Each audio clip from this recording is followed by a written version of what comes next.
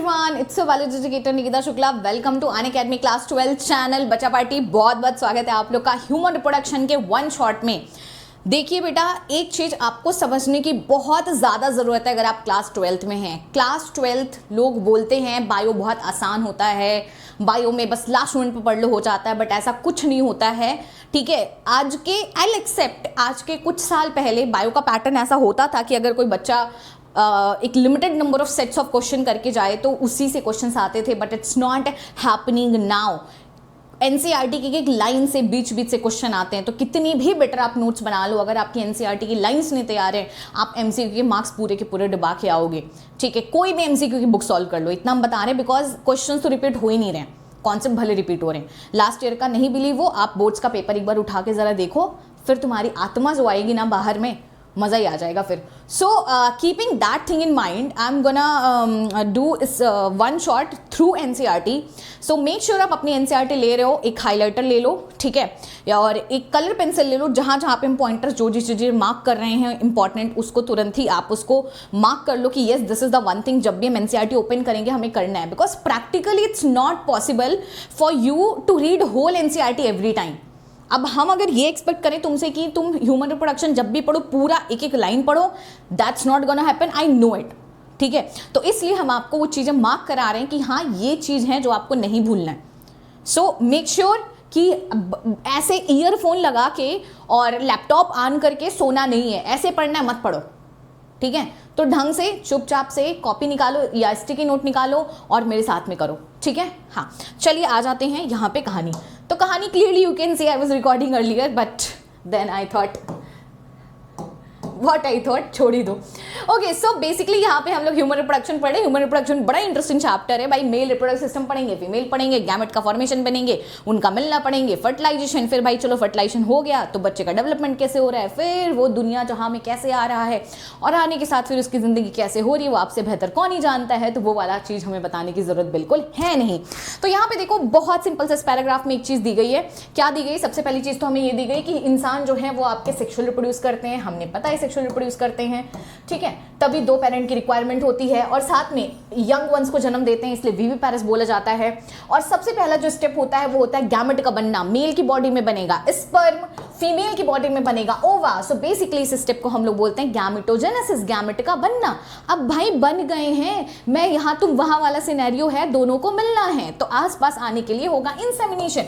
What is insemination? Male की body से penis के थ्रू फीमेल की वेजाइना में स्पर्म का इंसर्ट होना, दैट इज द इंसेमिनेशन। चलो स्पर्म आ गया, बट आ जाने का मतलब मिल लेना थोड़ी ना है। इट्स लाइक वो उधर खड़ा हम यहाँ खड़े, ऐसे वाला सिनेरियो हो जाता है। तो एक्चुअल इवेंट होता है जिसको बोलते हैं fertilization. Fertilization is basically the fusion of sperm and ova. ठीक है, ये हमारा स्पर्म है, ये ओवा है, दोनों का फ्यूज हो जाना is the fertilization. It's like the main event. Insemination is like the bridal entry and the fertilization is like the main event. Okay, अब इसके बाद कहते हैं हम दो एक हो गए, सो उससे बनेगा क्या रिजल्ट में? जाइगोट बनेगा, है ना। हैप्लॉइड हैप्लॉइड मिलके जाइगोट बना देंगे। फिर जाइगोट बाबा तुरंत तो बाहर आते नहीं है, तो वो क्या करते हैं, यूटरस की वॉल में जाके अटैच हो जाते हैं। क्यों? क्योंकि यूटरस की जो वॉल है उनके लिए खाना पीना बचा के रखती, बोलते बेटा आओ 9 महीने यहाँ पे खाओ पियो फिर निकल के जाना। तो जाइगोट आपकी यूट्राइन वॉल में अटैच होता है, उसे हम बोलते हैं implantation, attachment of not zygote. क्योंकि जाइगोट जब तक अटैच होने जाता है इम्प्लांटेशन के लिए वो आपका डेवलप हो जाता है ब्लास्टोसिस्ट में। That is a very unique point. Blastocyst आपका अटैच होता है यूट्रस की वॉल से, उसे हम बोलते हैं इम्प्लांटेशन। चलो ठीक है, अटैच हो गया। अब ये यूट्रस की वॉल है, ये जाइगोट है, अब यहीं पे इसको न्यूट्रिशन खाता रहेगा, बढ़ता रहेगा 9 मंथ होगा, उस टाइम पीरियड को हम लोग बोलते हैं गैस्टेशन। ठीक है, फिर अल्टीमेटली बेबी का हैप्पी बर्थडे मनाएंगे हम, तो उसे हम बोल देंगे पार्चुरेशन। जब आपका जन्म हो रहा है उसका, that is the parturition time. ठीक है, अब देखो मेल और फीमेल के रिप्रोडक्टिव इवेंट में थोड़ा थोड़ा डिफरेंस होता है। मेल में क्या है भाई, स्पर्म का फॉर्मेशन प्यूबर्टी से स्टार्ट हुआ तो ओल्ड एज तक कंटिन्यू रहना ही रहना है। ठीक है, उनको फिर ठीक है चल रहा है उनकी जिंदगी में, उनकी जवानी के दिन नहीं जाते हैं। ठीक है, फीमेल में जबकि क्या होता है 50 ईयर्स पे आपका सीज हो जाता है, इसलिए उसको हम बोलते हैं मेनोपॉज। अब आ जाते हैं हम लोग मेल का रिप्रोडक्टिव सिस्टम। अच्छा याद रखना, गैमेट सॉरी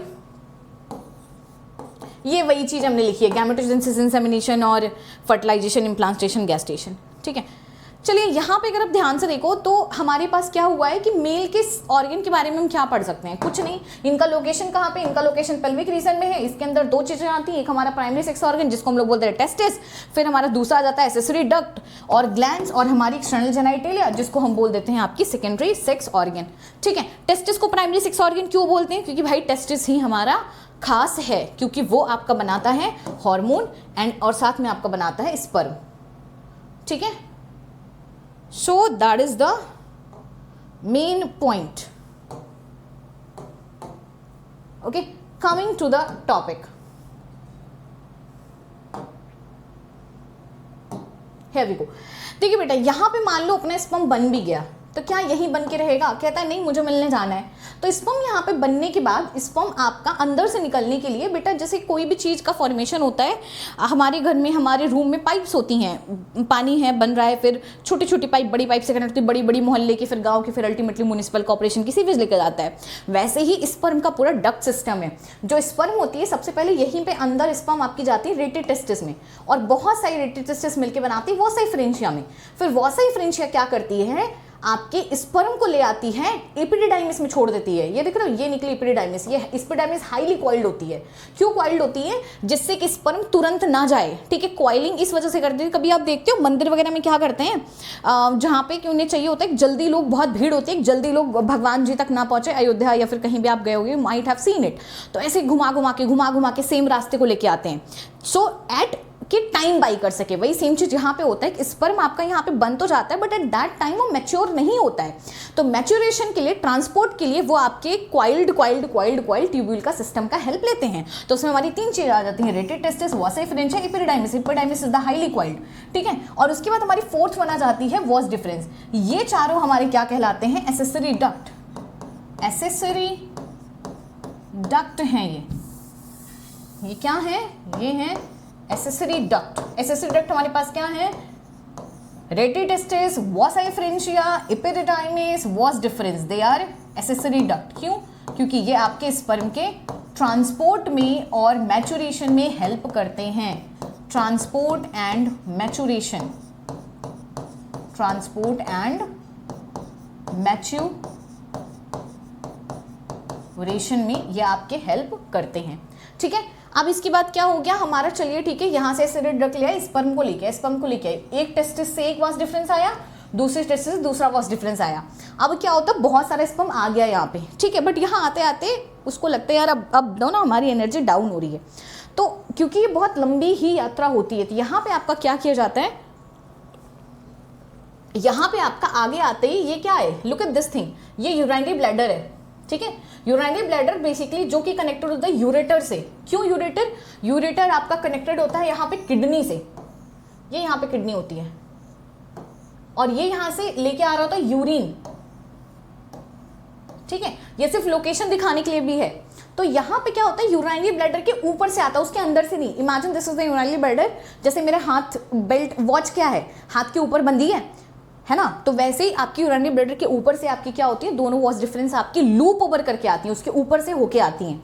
ठीक है, अब देखो यहाँ पे क्या होता है, जब ये आगे आती है तो देखो यहाँ पे इसको दो ऐसा एक ग्लैंड मिलती है। ठीक है, पेयर्ड ग्लैंड मिलती है जिसका नेम होता है सेमिनल वेसाइकल। ठीक है, सेमिनल वेसाइकल क्या करती है, इसको बोलती है अरे बहुत थक गए होगे लोग, चाय पानी कर लो फिर जाओ। तो बेसिकली क्या करती है, कुछ चीज़ों का सिक्रीशन यहाँ पे छोड़ देती है। यहाँ से स्पर्म आ रहे होते हैं, अपना फ्रक्टोज वगैरह हो गए, कुछ अमाइनो एसिड हो गए, और बहुत सारी चीज़ें यहाँ पे क्या करती है, बेसिकली यहाँ पे रिलीज करती है। तो जब क्या होता है कि यहाँ पे स्पर्म दोनों वॉस डिफरेंस आके जहाँ पे मिलते हैं, और जहाँ पे आपका क्या हो रहा है, सेमिनल वेसाइकल जिस कॉमन स्पेस में, imagine this is the seminal, this is the common place. यहाँ से एक वॉस डिफरेंस आके अपना छोड़ा है, यहाँ से दूसरा, और यहीं पे हमारी सेमिनल वेसाइकल इधर है, और वो भी अपना सिक्रीशन इसी में छोड़ रही है। तो वो जो कॉमन पाथवे बीच में बनता है बेटा, ये यहीं पे हमारी क्या होती है, यहीं पे हमारी होती है ejaculatory duct, which is not shown here, it is the ejaculatory duct. ठीक है, अब इजाकुलेटरी डक्ट से जब आगे आता है तो आगे आके उसको एक सिंगल ग्लैंड मिलता है जिसका नाम होता है प्रोस्टेट ग्लैंड। ठीक है, इट इज सिंगल, ये आपका सिर्फ सिंगल होता है। देखो यहाँ पे तुम्हें दिख रहा है, ऐसा दो साइड में दिख रहा है, बट एक्चुअली दो साइड में है नहीं है। ठीक है, ये सिंगली हमें ऊपर से कट कर दिया गया और बीच से उसके पाइप गई है, इस वजह से देखो जैसे ये आपका कुछ ऐसा है, ये है प्रोस्टेट ग्लैंड मेरे हाथ की तरीके से, ठीक है, लेकिन हम लोग क्या कर रहे हैं ऐसे सामने से ओपन करके देख रहे हैं और बीच में हमें पाइप दिख रही है, तो हमें लग रहा है ये इधर वाला एक पार्ट हो गया, इधर वाला 2 पार्ट हो गया, so it's unpaired, it just clearly हम सामने से देख रहे हैं, इस वजह से हमें ये 2 दिख रहा है, ठीक है, बट इट इज अनपेयर्ड, इस चीज को याद रखना। P फॉर प्रोस्टेट है but it's just opposite unpaired है, ठीक है। फिर यहाँ पे नीचे आता है तो नीचे इसको मिलता है क्या, 2 ऐसा बल्ब लाइक देख रहे हो ग्लैंड्स मिल रही हैं, bulb urethral, it is also paired. इनका मेन काम होता है लुब्रिकेशन प्रोवाइड करना। लुब्रिकेशन क्या है, लुब्रिकेशन इज बेसिकली, कभी आपने देखा है कभी आपके घर की शटर वगैरह लुब्रिकेशन जाम हो जाती हैं, ठीक है, या फिर आपकी बाइक या कार या कोई भी मशीन जो प्रॉपरली वर्क नहीं करती है, सेमिनल वेसिकल, तो उसे हम लोग क्या करते हैं ऑयलिंग देते हैं, so it can move properly. वैसे ही यहाँ पे काइंड ऑफ ऑयलिंग बोल सकते हो, लुब्रिकेटिंग मटेरियल का आपका काम करता है, ठीक है। तो उससे क्या होती है, स्पर्म अच्छे से स्विम कर सकता है। सिर्फ प्रोस्टेट सिंगल है, याद रखना, इसका काम क्या है, लुब्रिकेटिंग मटेरियल, लुब्रिकेशन इसका मेन काम है, ठीक है। बाकी तीनों ग्लैंड, प्रोस्टेट ग्लैंड हो गई, सेमिनल वेसिकल हो गई, बल्ब यूरेथ्रल ग्लैंड हो गई, ये तीनों ग्लैंड मिलके जो भी चीजें सिक्रीट करती हैं, इन तीनों को कॉमनली हम लोग बोलते हैं कि हाँ भाई तुम क्या सिक्रीट कर रहे हो, सेमिनल प्लाज्मा बना रहे हो।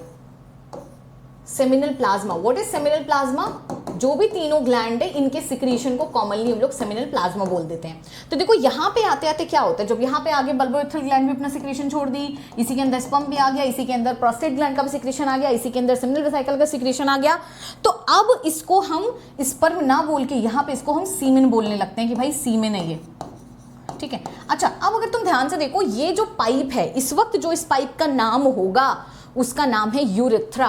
क्यों उसका नाम यूरेथ्रा है, इसका नाम हमने यूरेथ्रा क्यों रख दिया, क्योंकि ये देख रहे हो ये एक अंदर से पाइप है, ये देखो ये ट्यूब की तरीके से, ये आपकी स्टार्ट हो रही है यूरिनरी ब्लैडर से और ये देखो आ रही है, इसके अंदर आपका यूरिन भी आ रहा होता है, ठीक है।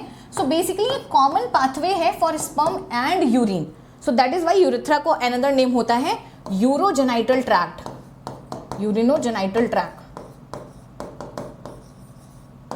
क्योंकि यूरिन भी ला रहा है और हमारे जेनाइटल ऑर्गन से, आपकी गोनाड से अल्टीमेटली जो स्पर्म आ रहा है उसे भी रिलीज कर रहा है। अब देखो यहाँ पे एक ओपनिंग होती है जिसको बोलते हैं यूरेथ्रल मीटस, यूरेथ्रल मीटस, और जिसकी बेसिकली जो ओपनिंग होती है जिसकी वजह से स्पर्म बाहर आता है, कॉपुलेशन करने पे नॉर्मल केसेस में यहाँ से आपका यूरिन बाहर आता है, ठीक है। बस इतनी सी इस डायग्राम की कहानी है। और बाहर में जो आप देख रहे हो, इसके ऊपर में बेटा जो आपके मसल्स होते हैं, पूरा स्किन होता है, जो एक्सटर्नल जेनाइटेलिया होता है ना, उसको हम लोग पीनस बोल देते हैं। ये पूरा स्ट्रक्चर, ये जो मेल में होता है, ये इसको हम लोग बोल देते हैं पीनस, ठीक है। अब पीनस के आगे देख रहे हो, अभी इसको हम अगर पूरा इरेज कर दें, नहीं इरेज करेंगे, ऐसे ही देखो, एक अच्छा सा डायग्राम हम आपको दिखा रहे हैं, ये देख रहे हो, ये देखो पीनस है, ये पूरा स्ट्रक्चर, दिस इज द पीनस। पीनस देखो आगे आके ऐसे थोड़ा सा इनलार्ज हो गया, थोड़ा बड़ा हो गया है। नॉर्मल केस में देखो ऐसे जा रहा है, ठीक है, लेकिन आगे आके थोड़ा ऐसे हो गया, ये ऐसे, ठीक है। तो ये इनलार्ज एंड जो पोर्शन है उसको बोल देते हैं ग्लांस पीनस, और ये आगे कवर होता है स्किन से, जिसको बोलते हैं फोर स्किन। फोर मतलब सामने, स्किन मतलब बेसिकली जो स्किन होती है, लूज स्किन होती है, जो कि आपकी मतलब जब भी अंदर से यूरिन निकलना होता है या फिर सीमेन निकलना होता है, फिर कॉपुलेशन होने रहता है, फोर स्किन आपकी साइड हो जाती है,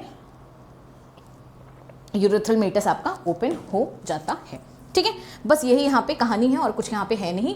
अब अगर आप इस चीज़ को थोड़ा ध्यान से देखो, ये साइड व्यू दिखाया गया है, ठीक है। साइड व्यू में यहाँ पे क्या कराया गया है, यहाँ पे देखिए टेस्टिस है, ये देखिए ये टेस्टिस है, और हाँ look at this, this is the testis. और टेस्टिस क्या है आपका ना, एक स्क्रोटम में होता है। स्क्रोटम क्या है, वो पाउच है, पाउच में रख के टेस्टिस को हम बॉडी के बाहर रख देते हैं। मान लो ये मेन के एब्डोमिनल कैविटी, इसके बाहर छोड़ देते हैं। क्यों छोड़ देते हैं, क्योंकि टेस्टिस को चाहिए होता है 2 से 2.5 डिग्री लोअर टेम्परेचर, क्योंकि इससे अगर बॉडी का टेम्परेचर हमारे 37 है, अगर उतने टेम्परेचर पे हम बोलेंगे भाई स्पर्म बना दो, टेस्टिस नहीं बनाएगा। तो इसलिए इसको हम क्या करते हैं, पाउच में डाल के बाहर लटका देते हैं। ठीक है भाई, तुम बाहर की हवा खाते रहो और अच्छे से टेम्परेचर अपना मेंटेन करके रखो। That is the most asked question कि आपका किस पाउच में होता है, उसका नाम क्या होता है और वो क्यों पाउच में होता है। तो उसका नाम होता है आपका स्क्रोटम और वो आपका 2 से 2.5 डिग्री लोअर टेम्परेचर मेंटेन करने के लिए आपका रिस्पॉन्सिबल है। ठीक है, अब देखिए बाकी वही सेम डायग्राम है। ये देखिए यहाँ से हमें यहाँ से देखो डक निकली है, लुक एट दिस, ये वॉस डिफरेंस दिखा रहे हैं। क्यों वॉस डिफरेंस दिखा रहे हैं? एपिडाइमिस यहाँ पे दिखाई नहीं, क्योंकि एपिडाइमिस बेसिकली इसी के पीछे रैप होती है और रेडियल टेस्टिस वासे फ्रिंज है, इसके टेस्टिस के अंदर ही आपकी होती है, इस वजह से वो नहीं दिखाया है। ठीक है, अभी अगर हम नेक्स्ट देखें, ये देखो वॉस डिफरेंस आया, लुक एट दिस। और ये देख रहे हो यहाँ पे साइड व्यू में सिर्फ एक सेमिनल वेसिकल दिख रही है, क्योंकि हमें साइड व्यू दिखाई जा रहा है, एक साइड से एक ही दिख रहा है। और ये देखो ये तुम्हारा है आपका prostate gland and look at this, ये देखो सेमिनल वेसिकल से, ये देखो यहाँ पे इजैकुलेटरी डक्ट लिखा हुआ है, कैन यू सी दिस? ये देखो ये इजैकुलेटरी डक्ट है जो हमने आपको वहाँ पे बताया था। क्यों इसे इजैकुलेटरी डक्ट है? क्योंकि अगर आप ध्यान से देखोगे तो आपका यूराइनरी ब्लैडर, ये देखिए ये यूराइनरी ब्लैडर है, सॉरी वास डिफरेंस है, वॉस डिफरेंस है, देख रहे हो अपना यूरिन ला के ये यहाँ पे छोड़ दे रहा है। मुझे दूसरा कलर ले लेना चाहिए। ये देखो ये यहाँ पे आपका है इजैकुलेटरी डक्ट और ये देखो वॉस डिफरेंस लाके छोड़ रहा है, ये देखो यहाँ से सेमिनल वेसिकल। तो basically point of ejaculatory duct कहीं ना कहीं वो रीजन हो गया जहाँ पे सेमिनल वेसिकल भी अपना छोड़ रही है जो इस डक्ट में, और आपका वॉस डिफरेंस भी जहाँ पे खत्म हो रहा है। तो ऐसा बोला जा सकता है कि वॉस डिफरेंस अल्टीमेटली जो भी अपना सिक्रेशन होता है इजैकुलेटरी डक्ट में छोड़ता है। और फिर ये देखो ये तो तुम्हारा हो गया प्रोस्टेट, जैसे भी ऐसा हार्ट शेप देखो प्रोस्टेट पहचान जाओ। ठीक है, ये देखो बल्ब लाइक स्ट्रक्चर, ये हमारा बल्बोयूरेथ्रल ग्लैंड है जिसको कॉपर्स ग्लैंड भी बोलते हैं। ये बल्बोयूरेथ्रल के आगे हमारी आई है, ये देखो यूरेथ्रा अंदर में जो कि हमारे यूरिन है उसके लिए। ये जो पूरा रीजन एक्सटर्नल जेनिटलिया इसको बोलते हैं, पीनस।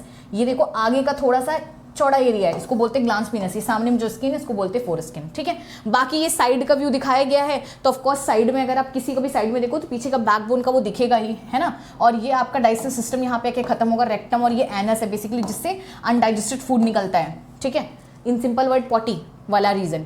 ठीक है, और बाकी ये तो यहाँ पे यूरिनरी ब्लड तुम्हें दिखाया गया है, यूरेटर से तुम्हें मतलब ही नहीं, ऊपर से किडनी कनेक्टेड है, that's not the point of concern here. चलिए अब हम आते हैं कि कितने अच्छे से एनसीईआरटी ने इसको लिखा है। एनसीईआरटी ने इसको थोड़ा कंफ्यूजिंग तरीके से लिखा है। आपको बोला गया कि जो टेस्टिस है वो बाहर में एब्डोमिनल कैविटी के सिचुएटेड होता है, जिसका पाउच का नाम होता है स्क्रोटम। स्क्रोटम का मेन काम होता है कि ये आपके मेंटेन करता है 2 to 2.5 degree lower temperature than body, which is very very important, very very important. क्यों? क्योंकि नहीं तो आपका स्पर्म का फॉर्मेशन नहीं होगा टेम्परेचर हाई होने के बाद, अगर, ठीक है, ये नहीं होगा। ठीक है, it is necessary for spermatogenesis, this is the very important reason. ठीक है, यहाँ सबसे ज़्यादा पूछा जाता है।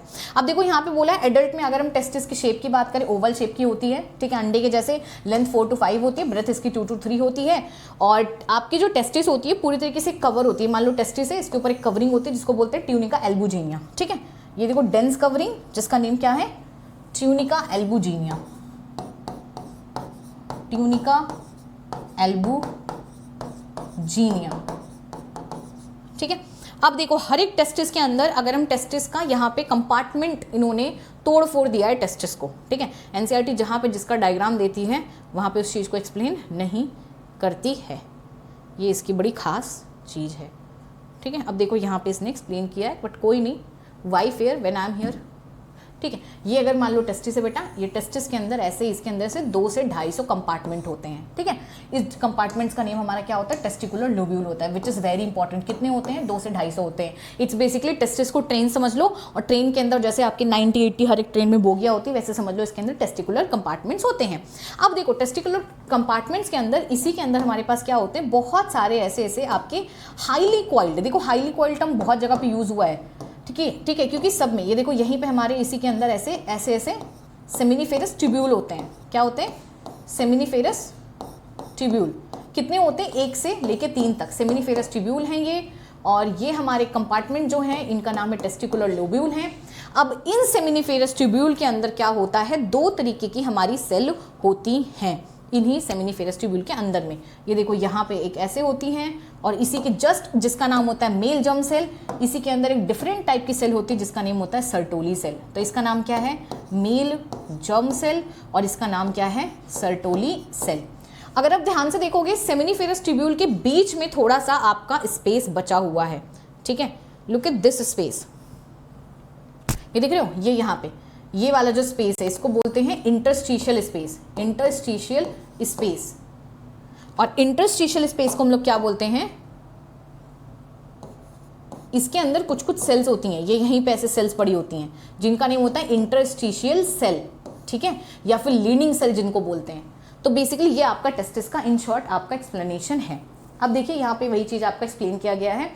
अब देखो यहाँ पे क्या होता है, जो मेल जर्म सेल है यही अल्टीमेटली ग्रो होकर स्पर्म बनाती है और सर्टोली सेल इनको नरिशमेंट देती है, दोनों बगल बगल में होती है सेमिनिफेरस ट्यूब्यूल के अंदर। तो इन शॉर्ट टेस्टिस के अंदर, स्पर्म के अंदर, सॉरी सेमिनिफेरस ट्यूब्यूल के अंदर आपका स्पर्म का फॉर्मेशन होता है। वही चीज़ यहाँ पे बताया गया कि हर एक लोब्यूल के अंदर हमारे पास क्या है, हाईली कॉइल्ड 1 से लेकर 3 तक आपकी सेमिनिफेरस ट्यूब्यूल हैं और जो कि आपकी स्पर्म का प्रोडक्शन का काम करती हैं। क्यों? क्योंकि इन्हीं के अंदर हमारी सेमिनिफेरस ट्यूब्यूल के अंदर हमारी 2 तरीके की सेल हैं। कौन कौन सी? एक का नाम है मेल जर्म सेल जिसका नाम है स्पर्मेटोगोनिया, दूसरे का नाम है सर्टोली सेल। और मेल जर्म सेल हमारी मियोसिस करा के आपका स्पर्म बनाती है। ये हम लोग स्पर्मेटोजेनेसिस वाले पोर्शन में करेंगे, आप टेंशन मत लो कि कैसे मियोसिस होता है और आपका कैसे आगे का फॉर्मेशन होता है। बट अभी के लिए जो आपको सबसे ज़्यादा जानना जरूरी है कि 1 से लेकर 3 तक सेमिनिफेरस ट्यूब्यूल होते हैं, उनके अंदर 2 तरीके की सेल होती हैं, male germ cell, Sertoli cell. Male germ cell ही हमारी मियोसिस करके स्पर्म को बनाती है और सर्टोली सेल उनको नरिशमेंट प्रोवाइड करती हैं। बस ये इतनी सी कहानी है। ये देखो सर्टोली सेल का काम क्या है, Sertoli cell provides nourishment to the germ cell, it is important, ठीक है। और जो रीजन, ये देखो बोला गया है कि जो रीजन आपका सेमिनिफेरस ट्यूब्यूल के बाहर होता है उसको हम बोलते हैं इंटरस्टिशियल स्पेस, जिनके अंदर हमारी क्या होती है, ब्लड वेसल्स होती हैं और इंटरस्टिशियल सेल होती हैं, या फिर जिनका नाम लीडिंग सेल होता है। और इन लीडिंग सेल का नाम काम होता है, क्या काम होता है, फंक्शन है ये टेस्टिकुलर हार्मोन को बनाना, जिनको हम आपका एंड्रोजन बोलते हैं, जो कि बेसिकली रिस्पॉन्सिबल होते हैं बॉयज़ में मुस्टैच आने के लिए, बियर्ड आने के लिए, स्पर्म फॉर्मेशन के लिए। और ये प्यूबर्टी में ही आपके बनते हैं, पहले बनते नहीं हैं, ठीक है। अच्छा एक देखो यहाँ पे बड़ी हिडन लाइन दी है, हम क्यों एनसीईआरटी पढ़ा रहे हैं। देखिए यहाँ पे सर्टोली सेल का अक्सर हम लोग ये फंक्शन पढ़ लेते हैं, लीडिंग सेल का ये फंक्शन पढ़ लेते हैं, बट अक्सर हम ये देखो ये भूल जाते हैं कि कुछ और कंपिटेंट सेल्स भी प्रेजेंट होती हैं यहाँ पे। देख रहे हो, ये देखो ये लाइन कितनी हिडन तरीके से दी है, डू नॉट मिस दिस, इसको मिस नहीं करो, छुपा छुपा के लिखा गया है, समझे मिस। ये क्या बोल दिया, ये बेसिकली जो हमारा लेट्स से सेमिनिफेरस ट्यूब्यूल है, ये यहाँ पे इंटरस्टिशियल सेल है, यहीं पे कुछ कुछ कॉम्पिटेंट सेल्स होती हैं। क्यों? क्योंकि इंटरस्टिशियल स्पेस के बगल में क्या होता है, सेमिनिफेरस ट्यूब्यूल होती हैं। तो हम बेसिकली प्रोटेक्शन के लिए कि वहाँ पे स्पर्म बन रहा है तो आपकी कुछ हमारी कॉम्पिटेंट सेल्स भी हो, जिससे कि हमारे सब सुरक्षा व्यवस्था मेंटेन रहे और अंदर जाके कुछ भी स्पर्म को किल ना कर दे। मतलब आर्मी खड़ा करके रखते हैं, ठीक है। और स्पर्म को पता है हमारी बॉडी की बहुत सारी सेल स्पर्म को ही किल कर सकती हैं, तो इस वजह से हमें बहुत ज़्यादा मेक श्योर करना पड़ता है। अभी देखो यहाँ पे क्या दिया हुआ है, यहाँ पे दिया हुआ है कि जो आपके मेल एसेसरी डक्ट हैं उनका नाम क्या है, उनका नाम है rete testis, vasa efferentia, epididymis, vas deferens. इनका सीक्वेंस याद रखना बहुत जरूरी है। सेमिनिफेरस ट्यूब्यूल बोला गया है ओपन होती है कहाँ पे, टेस्टिस में। ओपन सेमिनिफेरस ट्यूब्यूल टेस्टिस की जो ओपन होती है, देखो कितनी अच्छी लाइन लिखी है, सेमिनिफेरस ट्यूब्यूल आपकी ओपन होती है वासा इफ्रेंशिया में थ्रू रेटिटेस्टिस, मतलब सबसे पहले रेटिटेस्टिस आएगा फिर वासा इफ्रेंशिया आएगा, फिर वासा इफ्रेंशिया हमारी टेस्टिस को लीव करती है। आपसे ये बात पूछा जा सकता है कि टेस्टिस से कौन सी आपकी डक्ट है जो बाहर जाती है, तो अल्टीमेटली वासा इफ्रेंशिया। देखो ई से याद रखना एग्जिट, ठीक है, यही आपकी एग्जिट करती है। ये अल्टीमेटली कनेक्ट होती है एपिडिडाइमिस में, जो कि look at this, located at the posterior surface, पीछे की तरफ है हर एक टेस्टिस के, ठीक है। ये टेस्टिस है, टेस्टिस के पीछे की तरफ ऐसे हाईली कॉइल्ड एपिडिडाइमिस है। अब एपिडिडाइमिस अल्टीमेटली कहाँ जाती है, वॉस डिफरेंस में जाती है, जो कि अल्टीमेटली आपकी एब्डोमेन से होते हुए यूराइनरी ब्लैडर के ऊपर होते हुए और अल्टीमेटली क्या करती है, सेमिनल वेसिकल से डक्ट लेती है और आपकी ओपन हो जाती है यूरेथ्रा में एज इजैकुलेटेड। मतलब समझ रहे हो कि आपकी वॉस डिफरेंस जाएगी, इजैकुलेटरी डक्ट आएगा, फिर यूरेथ्रा आएगा, ठीक है। अब आगे यहीं पे क्या बोला गया है, डक्ट हमारी का काम क्या है, डक्ट का हमारे काम है स्टोर करना और ट्रांसपोर्ट करना स्पर्म को testis to outside through the urethra. This is महा इंपॉर्टेंट फंक्शन, ये याद रखना। देखो यूरिथ्रा के बारे में क्या बोला गया, यूरिथ्रा आपका यूरिनरी ब्लैडर से शुरू होता है और अल्टीमेटली पेनिस तक जाता है और ये ओपन होता है यूरिथ्रल ओपनिंग में। नीट का you will not believe, NEET में ये क्वेश्चन आया है कि opening of urethra is called, जो कि लोग इतनी छोटी सी चीज़ को मिस कर दें। अच्छा देखो यहाँ पे ना तुम्हें जो सीक्वेंस है, सीक्वेंस याद रखना है, और पाथवे स्पर्म का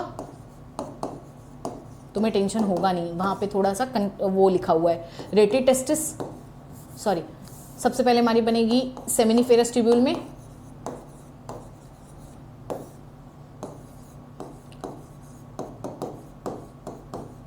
सेमिनिफेरस ट्यूब्यूल में, और सेमिनिफेरस ट्यूब्यूल से अल्टीमेटली कहाँ जाएगी, रेटेड टेस्टिस में। इसके बीच में और भी डक्ट आ जाते हैं, ट्यूबुलर रेक्टाई, अगर जो पढ़ता होगा पढ़ा होगा, बट कोई दिक्कत की बात नहीं है, तुम लोग को पढ़ना है नहीं। फिर वॉसा इफरेंशिया,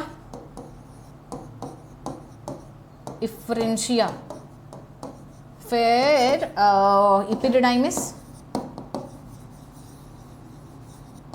फिर was difference, and then ejaculatory duct,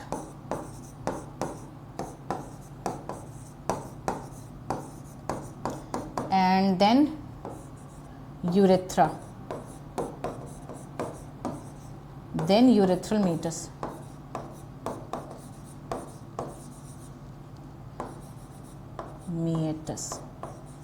okay जिसमें से कि ये इतनी जो भी चीज़ें हैं बेटा, ये सेमिनिफेरस ट्यूब्यूल से लेके वासा इफरेंशिया तक, what is wrong with them, what is wrong with them, nothing. ये यहाँ तक हमारा टेस्टिस के अंदर है, इनसाइड द टेस्टिस, इसे बोलते हैं टेस्टिकुलर रीजन, बट हम शॉर्ट फॉर्म में आपके लिए सिंपल सी भाषा में लिख दे रहे हैं कि हाँ भाई ये इतना टेस्टिस के अंदर है। और यहाँ से आपका आउटसाइड टेस्टिस है, ये आउटसाइड हो गया पूरा, ठीक है। इपिडिडाइमिस से निकलने के बाद, वॉस डिफरेंस से आने के बाद, यहाँ पे याद रखना सेमिनल वेसिकल का सिक्रीशन आता है, और यहाँ पे हमारा याद रखना बल्बो यूरेथ्रल का सिक्रीशन आता है, साथ में प्रोस्टेट ग्लैंड का सिक्रीशन आता है, ठीक है। तो बस यही हमारी इतनी सी शॉर्ट फॉर्म में कहानी है पिछले पूरे पैराग्राफ की, और कुछ ज़्यादा यहाँ पे है नहीं, ठीक है। अब आइए देखते हैं, यहाँ पे बोला गया कि एक्सटर्नल जेनिटल के बारे में कुछ खास बात है नहीं, कि हाँ ये हमारी पेनिस इसका नाम होता है, सबको पता है। और ये बहुत इंपॉर्टेंट चीज़ ये होती है कि स्पेशल टिश्यू बनी होती है जो कि आपके why am I saying excretion, erection, ठीक है।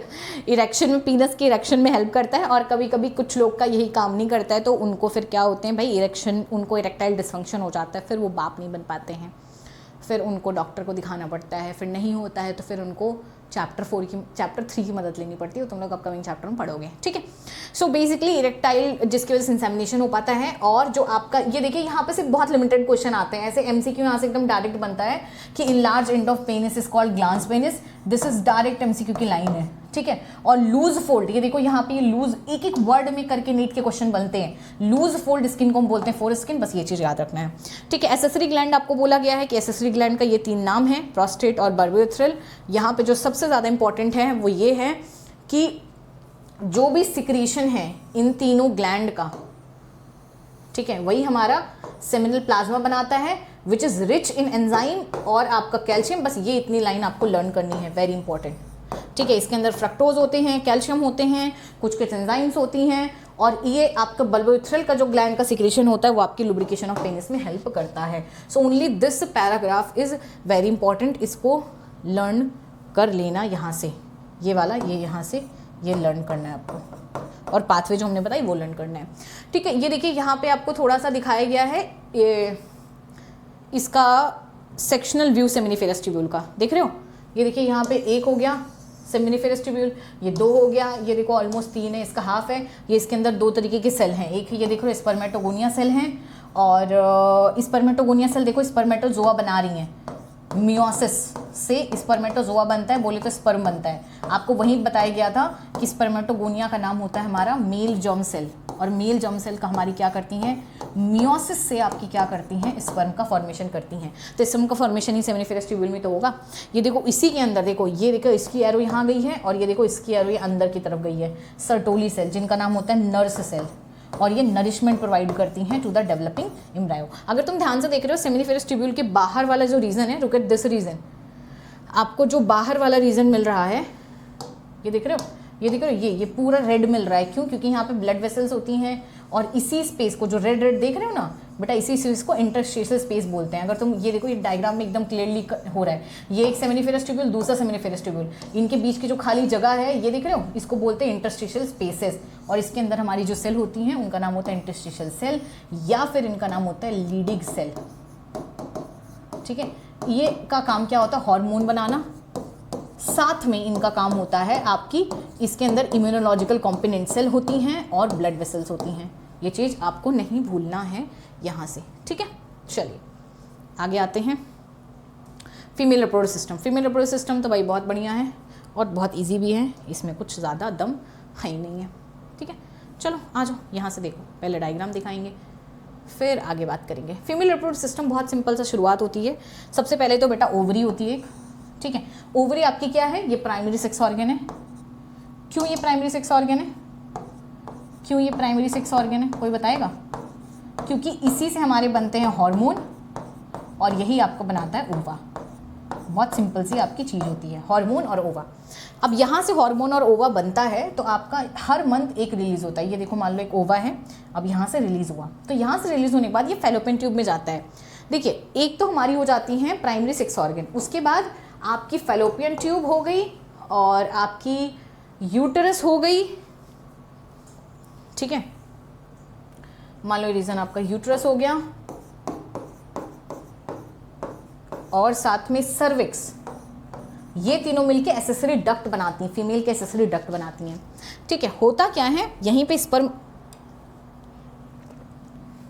माफ करना बच्चों, स्पर्म फीमेल नहीं बनाती, नहीं तो खुद से रिप्रोडक्शन हो जाए। ठीक है, यहीं पे क्या होता है, यहीं पे ओवम बनता है। अब ओवम बनने के बाद क्या होता है, ये देखो फैलोपियन ट्यूब होती है। फैलोपियन ट्यूब आपकी क्या होती है? 10 से 12 सेंटीमीटर की होती है। ठीक है, इसका नाम एक होता है ओविडक्ट। क्यों? क्योंकि ये ओवा को कैरी करती है।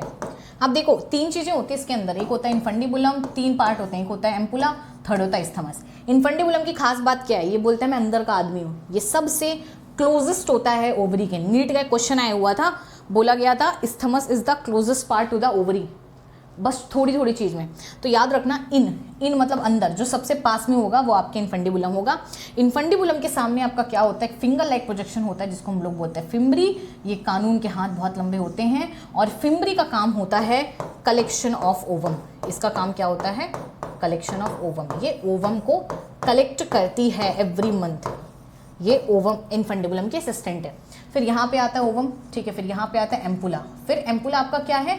ये वाइडेस्ट पार्ट है, सबसे पास्ट पार्ट है। इनफंडिबुलम देखो एकदम फनल के तरीके से, इनफंडिबुलम को बोला था फनल शेप्ड है ये। ठीक है, और स्थमस का बहुत सिंपल सा काम है, एकदम लास्ट वाला पार्ट है, ये यूट्रस से कनेक्ट कर देता है फैलोपियन ट्यूब को। अब क्या होता है, बाकी थोड़ा सा एक बार के डायग्राम देख लो। बाकी डायग्राम में क्या है? बाकी डायग्राम में कुछ भी नहीं है, इतना सा है कि ये यहाँ पे हमारा यूट्रस में, अगर तुम देखोगे यूट्रस के 3 पार्ट है। एक आ जाता है यूट्राइन फंडस, बेसिकली जो आपकी क्या कर रही है, जो कि कनेक्ट कर रही है मेन यूट्रस को और इससे। ठीक है, अब बाकी ये हो गई यूट्राइन की body. This whole structure is uterine का बॉडी। ठीक है, यूट्रस की बॉडी, मेन बॉडी यही है। ठीक है, अब देखिए यहाँ पे क्या होता है,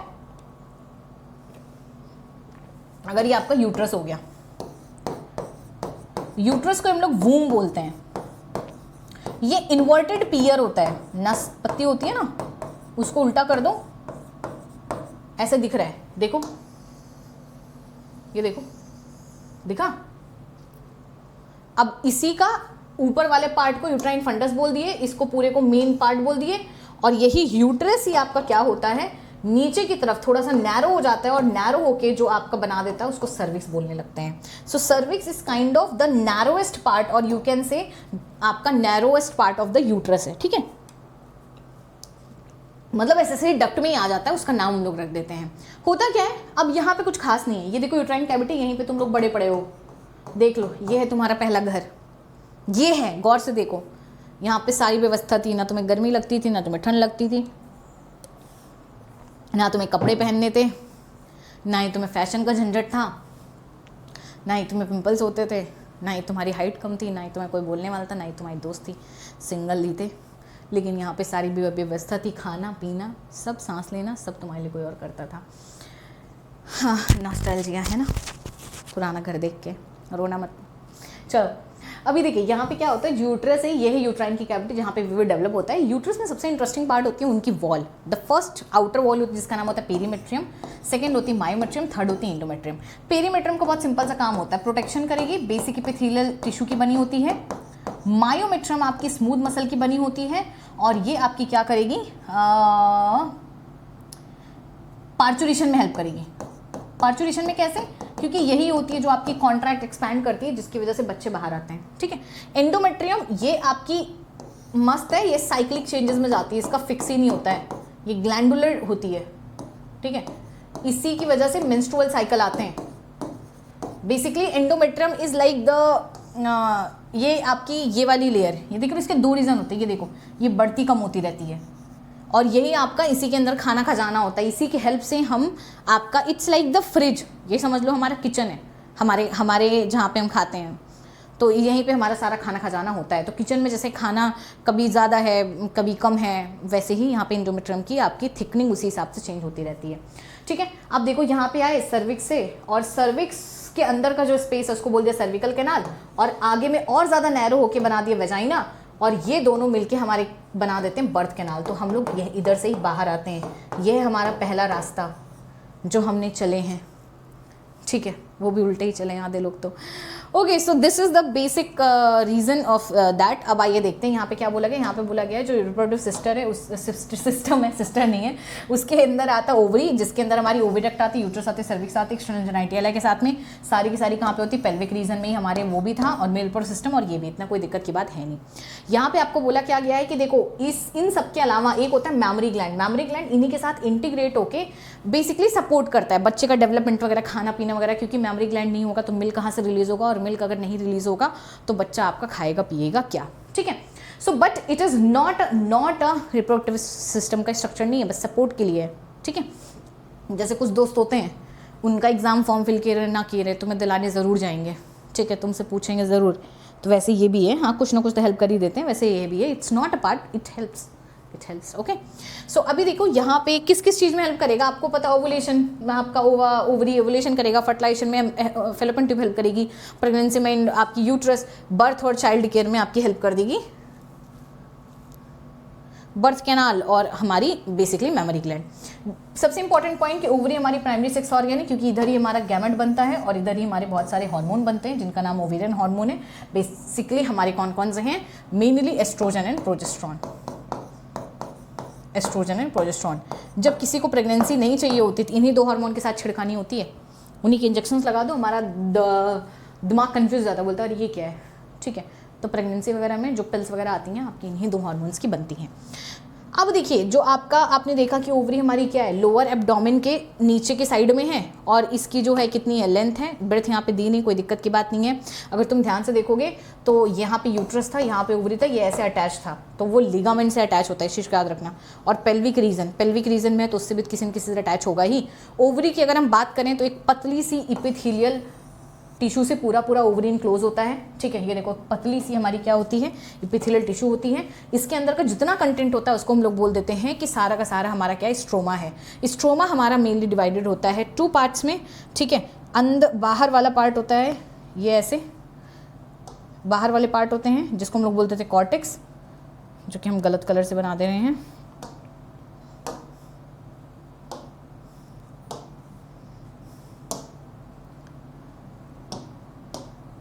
ये देखिए बाहर में ऐसे होता है कॉर्टेक्स वाला रीजन, इसके अंदर का जितना भी कंटेंट है सब ये देखो ऐसे हो जाएगा कॉर्टेक्स। ठीक है, अंदर वाला जो रीजन होता है बेटा वो होता है आपका मेडुला। ये अंदर में क्या होता है, अंदर में होता है मेडुला। यहाँ पे क्यों इसको मेडुला बोलते हैं, इसी के अंदर हमारा मिडल में होता है, इसी के अंदर हमारी ब्लड वेसल्स वगैरह होती हैं। इसकी खास बात क्या होती है, यहाँ पे ऐसे फॉलिकल्स होते हैं। ठीक है, यहाँ पे ऐसे फॉलिकल्स होते हैं इसके अंदर में, यहाँ पे से ओवा यहीं पे डेवलप होता है एक्सटर्नल वाले रीजन में।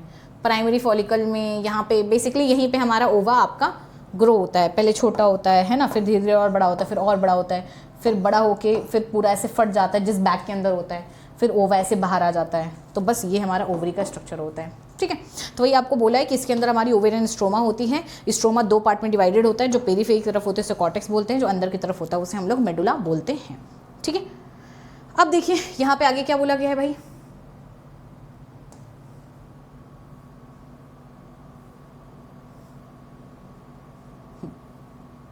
आगे बोला गया है कि ठीक है, आगे बोला गया है कि जो ओविडक्ट है या फेलोपियन ट्यूब है, यूट्रस और वेजाइना के साथ में मिलके, ठीक है, हमारी क्या बना देती है, एसेसरी डक्ट बना देती है। फेलोपियन ट्यूब 10 से 12 सेंटीमीटर जो कि स्टार्ट होती है ओवरी के चारों साइड से यूट्रस तक चलती है, और जो पार्ट सबसे पास में है और फनल शेप्ड है उसको इनफंडिबुलम बोलते हैं। This is important. और इनफंडिबुलम के अंदर आपकी क्या होती हैं, फिंगर लाइक प्रोजेक्शंस होती है जिसको हम लोग फिम्बरी बोलते हैं, जिसका मेन काम है कलेक्शन ऑफ ओवम और इनफंडिबुलम। ये हमारा सबसे इंपॉर्टेंट लाइन है यहाँ से यहाँ तक, ठीक है। और infundibulum ultimately it will lead to the wider part जिसको हम लोग बोल देंगे एम्पुला, ठीक है। और एम्पुला हमारा ultimately will lead to the what, isthmus, जो कि दूसरे पेज पे है। तो आज ये डायग्राम देख लेते फिर जाते। देखो ये डायग्राम कुछ है नहीं, बेसिकली हमारी फीमेल रिप्रोडक्टिव सिस्टम का साइड व्यू है, ठीक है। It is the side view भाई, और कुछ है नहीं है।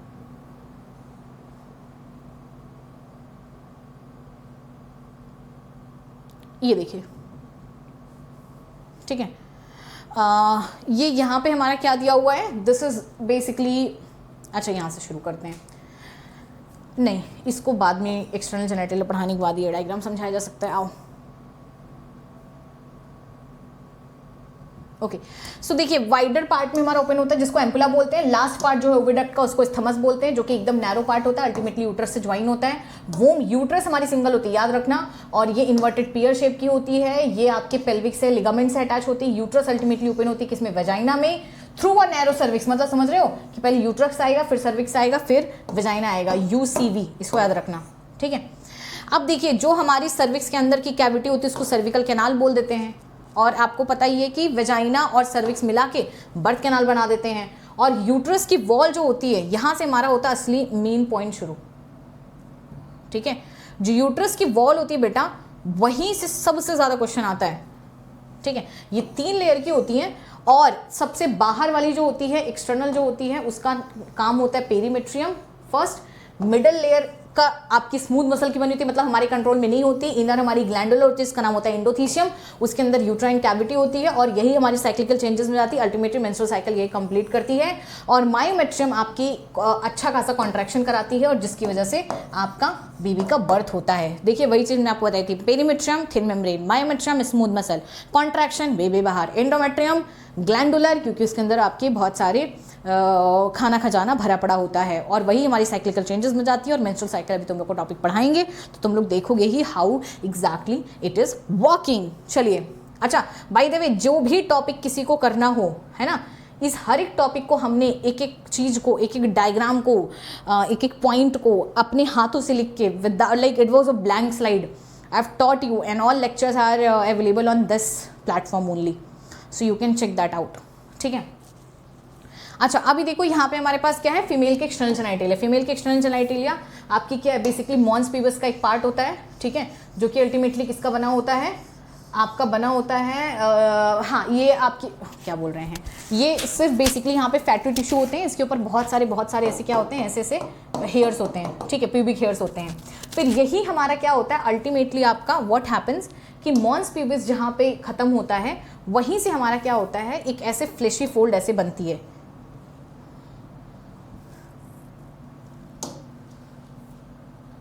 ये बेटा देखो, ये यहीं पे ऐसे फ्लैशी फोल्ड बनती है स्किन की, ये देखो ऐसे, ठीक है।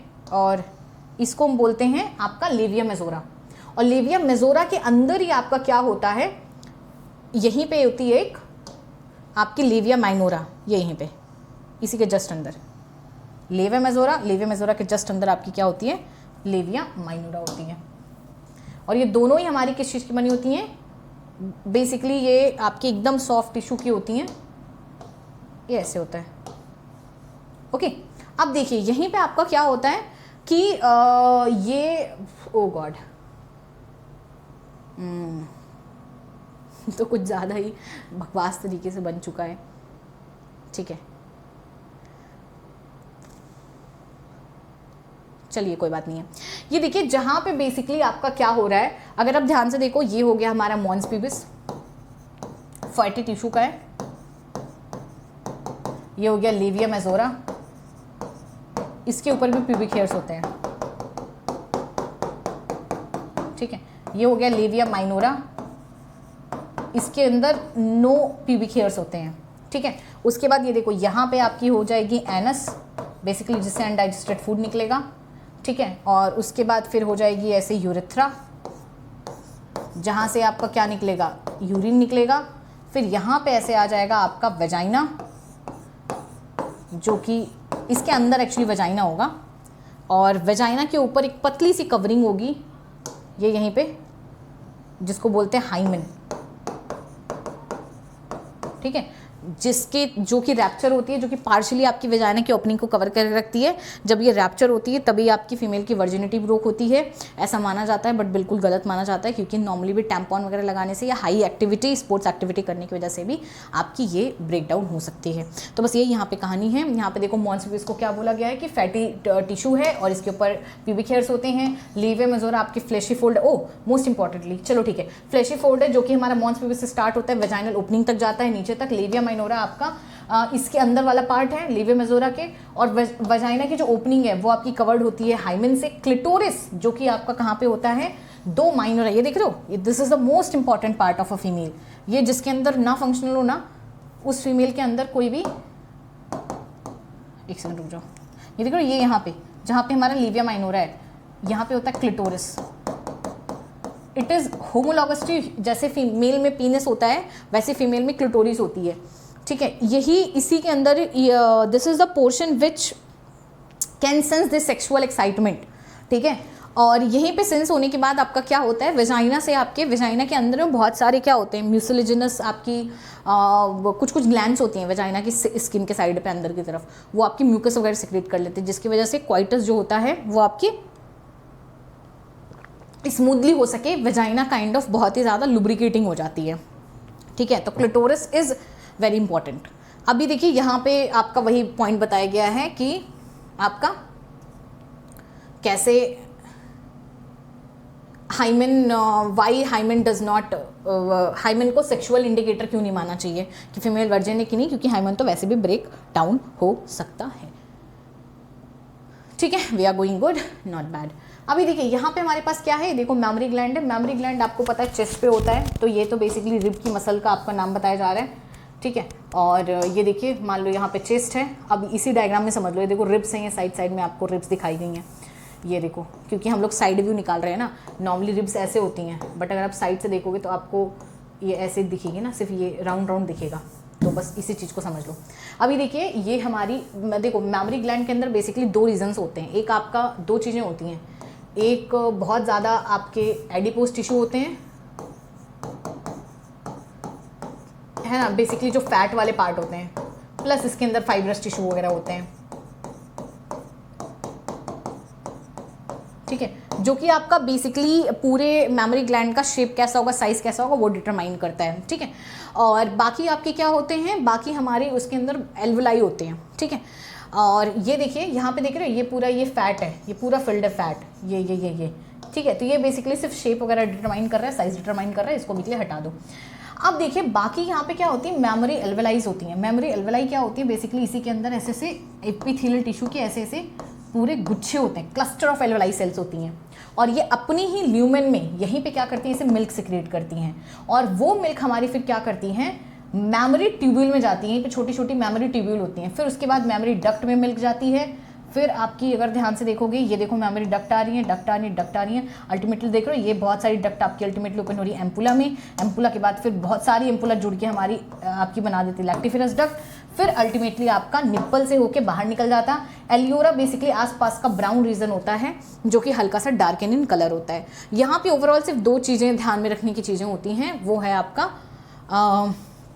दैट ऑल,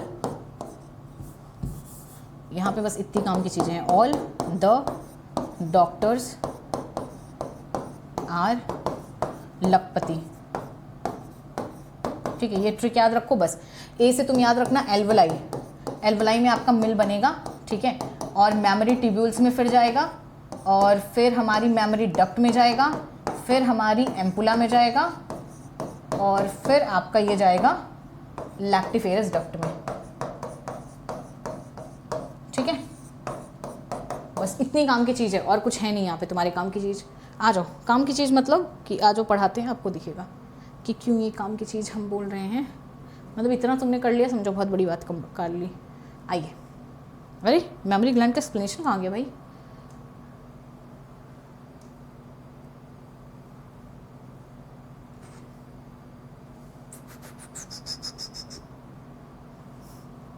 तूने क्या किया, how is it, okay yes here we have. ये देखिए यहाँ पे क्या बोला है, फंक्शनल मेमोरी ग्लैंड के हमारे एक कैरेक्टरिस्टिक होता है फीमेल में, देखो होता सब में है बट फंक्शनल मेल में, फीमेल में ही होता है, मेल में नहीं होता है भाई, ठीक है। माँ ही बच्चों को दूध पिलाती है क्योंकि उसी में फंक्शनल हमारी मेमोरी ग्लैंड आपकी होती हैं। अभी देखिए यहाँ पे पेयर्ड होते हैं, आपको पता ही है, इतना तो इंसान देखे ही होगे तुम लोगों ने। इसके अंदर वेरिएबल अमाउंट ऑफ फैट होता है, हमने बोला ना, इसी वजह से हर एक फीमेल का मेमोरी ग्लैंड का शेप और साइज बदलता है। इसके अंदर हमारे क्या होते हैं, 15 से 20 मेमोरी लोब होते हैं, ठीक है। और यही मेमोरी लोब्स हमारी होते क्या है कि बेसिकली इसके अंदर हमारी एल्वलाई की सेल्स होती हैं, ठीक है। 15 से 20 मेमोरी लोब्स होते हैं, और ये इसी के अंदर हमारी आपकी क्लस्टर ऑफ एल्वलाई सेल्स होती हैं। एल्वलाई मिल्क को बनाती है जो कि अपने ही ल्यूमेन में स्टोर होती है, और यहाँ से हमारा अल्टीमेटली क्या होता है, ओपन होती मेमोरी ट्यूब्यूल में, याद है, all for basically alveoli, open होती है किसमें, टी फॉर ट्यूब्यूल्स, और फिर अल्टीमेटली ज्वाइन होकर क्या बना देती हैं, मेमोरी डक्ट। ये देखो डक्ट, ऑल द डॉक्टर्स और several mammary ducts are wider part में ओपन होती है मेमोरी एम्पुला, ये देखो आर, ठीक है, a which connected to the lactiferous duct, लकपति से एल, ठीक है। बस इतना तुम याद रखोगे, तुम्हारा काम यहाँ पे हो जाएगा। चलिए अब आते हैं आगे की तरफ। आगे की तरफ बढ़ने के लिए हम लोग करेंगे गैमेटोजेनेसिस, ठीक है। गैमेटोजेनेसिस बहुत ही अच्छे से हमें यहाँ पे कराया गया है, और हम तुम्हें पढ़ाएंगे ये छोटू सा पहले चार्ट हमारे लिए बहुत ज़रूरी है, बिना चार्ट के समझना बहुत मुश्किल हो जाएगा। यहाँ पे है चार्ट, आओ, ठीक है। यही चार्ट बनाएंगे आपको, और उसके बाद स्ट्रक्चर पढ़ाएंगे, और फिर हमारा काम हो जाएगा ख़त्म। देखिए, नहीं हमारा काम भी नहीं खत्म हो जाएगा। देखिए स्पर्मेटोजेनेसिस oogenesis में थोड़ा सा डिफरेंस होता है। स्पर्मेटोजेनेसिस बेटा हमारा क्या होता है, ये हमारी प्यूबर्टी पे स्टार्ट होती है। सबसे पहले स्पर्मेटोजेनेसिस देख लो, ये देख लो प्यूबर्टी पे स्टार्ट होगी, एक spermatogonia cell which is diploid, और ये डिप्लॉइड सेल हमारी माइटोसिस करेगी, बेसिकली नंबर बढ़ाने के लिए क्या करेगी, बहुत सारी प्राइमरी स्पर्मेटोसाइट बना देगी। इसमें होगा मियोसिस 1, ये देख रहे हो एक सेल है, मियोसिस 1 हुआ, 2 सेल बन गई, और आपको पता है कोई भी सेल अगर डिप्लॉइड होती है मियोसिस होने के बाद वो आपकी हैप्लॉइड बन जाती है। फिर इसमें मियोसिस 2 कंप्लीट होता है, फिर बहुत सारी हमारी क्या बन जाती है, स्पर्मेटिड बन जाती है, और इसमें फिर इसी का शेप चेंज होकर हमारे बहुत सारे स्पर्म बन जाते हैं। तो देखो यहाँ पे बस इस चीज को ध्यान देना कि प्राइमरी स्पर्मेटोसाइट के अंदर मियोसिस 1 हुआ है, तो इसके पहले के जितने स्ट्रक्चर इंक्लूडिंग दिस सब डिप्लॉइड होगा, और यहां से लेके जितने भी स्ट्रक्चर होंगे, ये देखो यहाँ से यहाँ तक ये सब हैप्लॉइड होंगे। बस और कुछ यहाँ पे याद रखना है नहीं आपको। और एक चीज याद रखना है कि एक प्राइमरी स्पर्मेटोसाइट से हमारा देखो 4 स्पर्म बनता है, तो 1 और 4 का आपको रेशियो याद रखना है।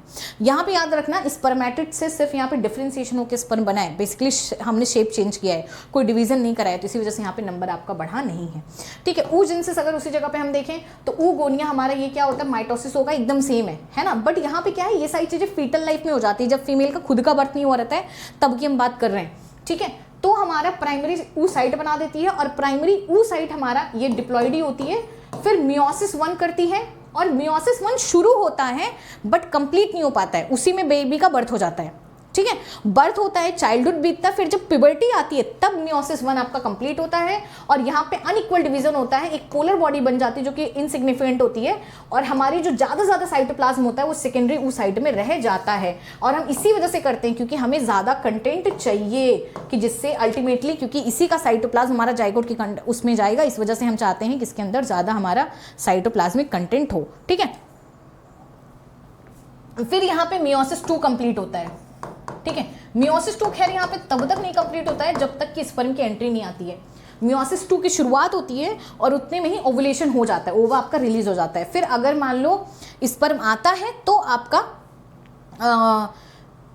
इस मियोसिस 2 कंप्लीट होकर एक सेकेंड पोलर बॉडी बन जाती है, साथ में एक ओवम बन जाता है। This is the like the main female का गैमेट। तो ये हमारा स्पर्मेटोजेनेसिस और oogenesis की कहानी हमारी हो गई यहाँ पे ख़त्म, ठीक है। अब स्पर्मेटोजेनेसिस oogenesis को हमने ना बहुत ज़्यादा डिटेल में कराया है। स्पर्मेटोजेनेसिस और oogenesis को पूरी ही जिसको करना है डिटेल में, वो एक बार के लिए ना जाके लेक्चर देख लेगा। आज हम आपको, खैर हम सारे टॉपिक डिटेल में पढ़ाएंगे, but I will recommend you to watch spermatogenesis and oogenesis because it is very important topic. तो जब भी वक्त मिले एक बार के लिए पढ़ लेना, जिसको अगर मियोसिस माइटोसिस कॉन्सेप्ट नहीं क्लियर है। देखिए यहाँ पे क्या शुरू होता है, प्राइमरी सेक्स ऑर्गन तो भाई टेस्टिस है ही है, ओवरी फीमेल में सेम पॉइंट को रिपीट कर रहा है। यहाँ पे क्या होता है कि स्पर्मेटोजेनेसिस जो है वो आपकी शुरुआत कहाँ पे होती है, प्यूबर्टी पे होती है। स्पर्मेटोगोनिया हम लोग सिंगुलर, स्पर्मेटोगोनियम डबल, ठीक है। यहाँ पे हमें बोला गया एक सेमिनिफेरस ट्यूब्यूल के अंदर ही सबसे पहले हमारी स्पर्मेटोगोनिया डबलाई बहुत ज़्यादा माइटोसिस डिवीजन करके सिर्फ नंबर बढ़ा लेती है, ठीक है। जब बहुत सारा नंबर आपका बढ़ जाता है, देखो डिप्लॉइड ही सेल रहेगी ना, जब तक अगर सेल में मियोसिस नहीं हुआ है तब तक डिप्लॉइड ही रहेगी। और फिर हमारी जब इसी स्पर्मेटोगोनिया सेल, जब इसका नंबर बढ़ जाता है, थोड़ी सी बड़ी हो जाती है, रेडी हो जाती है, तो इसी को हम प्राइमरी स्पर्मेटोसाइट बोलने लगते हैं, ठीक है। जैसे अगर आपको याद आ रहा हो, स्पोरोजेनस टिश्यू को हमने microspore mother cell, pollen mother cell बोल दिया था, वही सेम चीज़ यहाँ पे होती है, ठीक है। अब देखो यहाँ पे हमारा मियोसिस करता है, मियोसिस करने के बाद हमारे सबसे पहले बनते हैं, क्या बनेगा, पहला मियोटिक डिवीजन को हम लोग रिडक्शन डिवीजन बोलते हैं, ठीक है, रिडक्शन डिवीजन बोलते हैं, थैंक यू, ठीक है, रिडक्शन डिवीजन बोलते हैं। और रिडक्शन डिवीजन क्यों बोलते हैं, क्योंकि क्रोमोसोम का नंबर रिड्यूस होता है, ठीक है। फिर यहाँ पे हमारे पास देखो, यहाँ पे इक्वल बनेगा, इस चीज को याद रखना, इक्वल और हैप्लॉइड सेल, जिसको हम सेकेंडरी स्पर्मेटोसाइट बोलेंगे। और इसके अंदर हर के अंदर 23 क्रोमोसोम होगा। सेकेंड मियोसिस डिवीजन डालने के बाद स्पर्मेटिड बनेगा। अब देखो यहाँ पे एक बड़ी इंटरेस्टिंग चीज यहाँ पे पूछा गया है कि what would be the number of the chromosome in the spermatid. Spermatid के अंदर क्रोमोसोम का नंबर n होगा, क्यों, क्योंकि भाई मियोसिस से बना है, ठीक है। स्पर्मेटिड का स्पर्मेटोजोआ में ट्रांसफर हो जाता है, ठीक है। और इस प्रोसेस को हम लोग बोलते हैं spermiogenesis. It is very important. ये क्या बोला, देखो अगर आपको याद आ रहा हो, देखो सारा डिवीजन वगैरह खत्म हो चुका था, स्पर्मेटिड बन चुका था, बट स्पर्मेटिड बेसिकली सिर्फ राउंड था, ठीक है। वो आपका मूव भी नहीं कर सकता क्योंकि उसके अंदर टेल नहीं थी, उसके अंदर माइटोकॉन्ड्रिया नहीं थी। तो उसका स्ट्रक्चर और शेप चेंज करने के लिए हम डिफ्रेंसिएशन कराते हैं। स्पर्मेटिड से स्पर्म के बनने को हम बोलते हैं spermiogenesis. This is very important process, ठीक है। लेकिन होता क्या है, स्पर्म बन तो जाता है, लेकिन बनने के साथ साथ ये देखो स्पर्मेटोजोआ है, spermatozoa is another name of sperm, हाँ, क्योंकि मोटाइल होता है। और ये देखो यहाँ पे स्पर्मेटिड बेसिकली गलत दिखाया है, ये स्पर्मेटिड है नहीं, लेबलिंग गलत है, स्पर्मेटिड में कभी टेल होती नहीं है।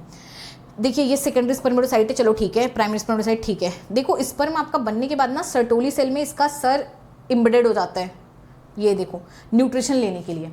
तो जब आपका यहाँ से न्यूट्रिशन लेके जब ये आपका हटता है, रिलीज होता है और अल्टीमेटली सेमिनिफेरस ट्यूब्यूल से बाहर जाता है, तो इसको हम बोलते हैं spermiation. It is also very important.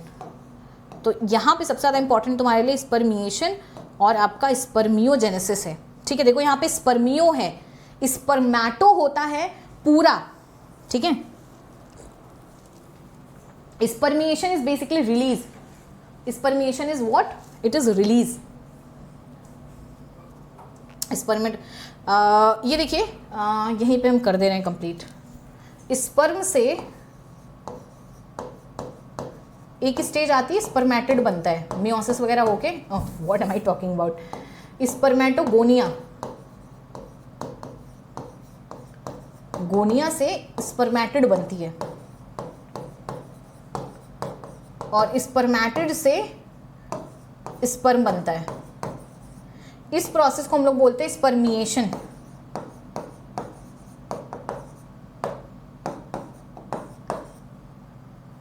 What is wrong with me now? I'll take new slide.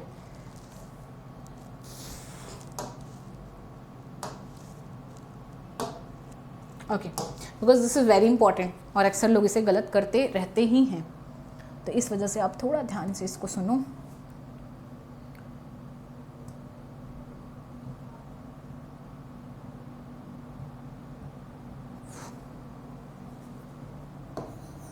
स्पर्मैटोगोनिया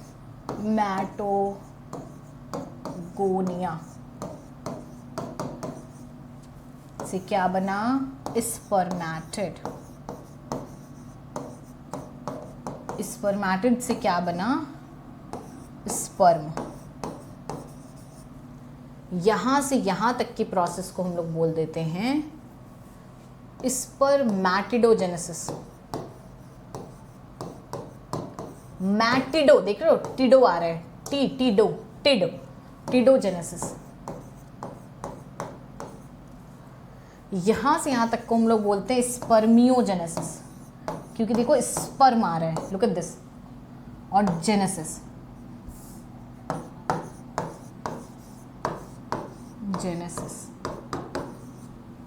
ये पूरी प्रोसेस को हम लोग बोल देते हैं स्पर्मेटोजेनेसिस। इस पर MATO है यहाँ पे, हाँ थोड़ी थोड़ी स्पेलिंग डिफरेंस है बस, ठीक है। स्पर्मिएशन बेसिकली रिलीज को बोल देते हैं, वो बहुत डिफरेंट टर्म हो जाता है। चलिए हाँ, अभी देखो यहाँ पे एक और चीज़ आपको बताया गया है कि स्पर्मेटोजेनेसिस आपकी स्टार्ट कब होती है, जब आपका प्यूबर्टी हिट करती है, उसके पहले कुछ नहीं होता। इस चीज़ को एकदम दिमाग में बैठा लो, ठीक है। कब होती है, जब आपका प्यूबर्टी पे स्टार्ट होती है। This is the very important चीज़ है, जो कि बहुत बड़ा डिफरेंस है आपके फीमेल में, ठीक है। अभी देखो स्टार्ट क्यों, why it starts at puberty, उसके पहले क्यों नहीं भाई, क्या इसके पहले इंसान क्या ही कमी थी, क्या कमी थी अपने शर्मा जी के लड़के में भाई? कमी ये थी कि जब प्यूबर्टी हिट करती है तब GnRH रिलीज होता है, ठीक है। और GnRH आपका क्या करता है, ये हाइपोथैलेमिक हार्मोन है। क्या है ये हाइपोथैलेमिक हार्मोन है, हाइपोथैलेमस से रिलीज होता है, और ये आपका जाके GnRH लेवल जब बढ़ता है तब ये जाके एंटीरियर पिट्यूटरी पे एक्ट करता है, और पिट्यूटरी इन टर्न आपकी रिलीज करती है FSH and LH। Anterior pituitary से रिलीज होगा LH एंड FSH, और LH FSH फिर हमारे LH जाके देखो L से LH, L से लीडिंग सेल पे काम करेगा, और वो हमारा एंड्रोजन बनाएगा, और एंड्रोजन हमारा अल्टीमेटली स्पर्मेटोजेनेसिस कराएगा। FSH हमारा देखो S आ रहा है इसमें, S से सर्टोली पे एक्ट करेगा, और ये स्टिमुलेट करेगा, कुछ ऐसे से फैक्टर बनाएगा जिसकी वजह से आपके स्पर्मियोजेनेसिस होंगे। देखो इस चीज को अक्सर लोग गलत पढ़ते हैं, इट इज इंपॉर्टेंट। स्पर्मियोजेनेसिस मतलब स्पर्मेटिड से स्पर्म के डिफरेंशिएशन में बहुत बड़ा रोल आपकी सर्टोली सेल का आ जाता है। अच्छा खासा न्यूट्रिशन देती हैं, तभी डिफरेंशिएट हो पाता है। स्पर्म के स्ट्रक्चर को तुम ध्यान देखोगे तो 4 पार्ट है, हेड है, नेक है, मिडल पेस है, और आपका टेल है, ठीक है। जिसमें जो हमारा हेड वाला रीजन है, हेड वाले रीजन पे बेटा क्या होता है,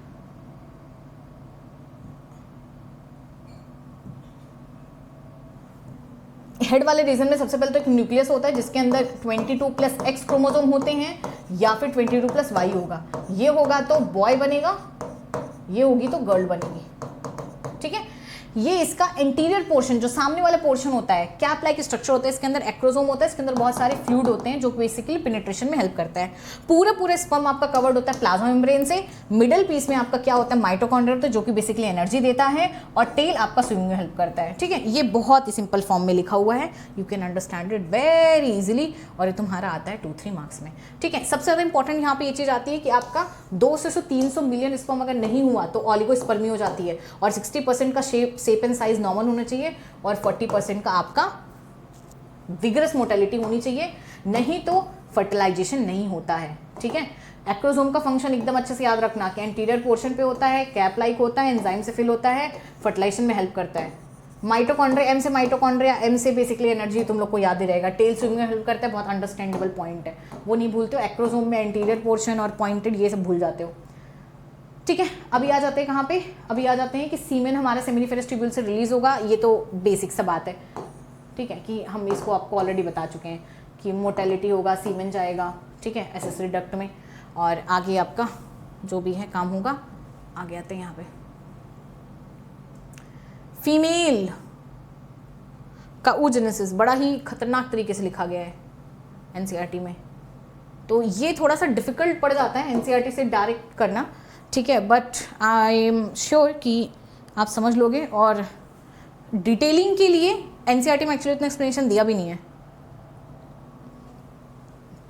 please refer video oogenesis and spermatogenesis, इसी चैनल पे है, ज़्यादा देर का नहीं है, one of the best lecture है, जाके देखोगे आपका काम हो जाना है, ठीक है। चलिए यहाँ पे मेरे पास क्या है, सबसे पहले जो फीमेल गैमेट का बनना होता है उसको हम लोग बोलते हैं oogenesis।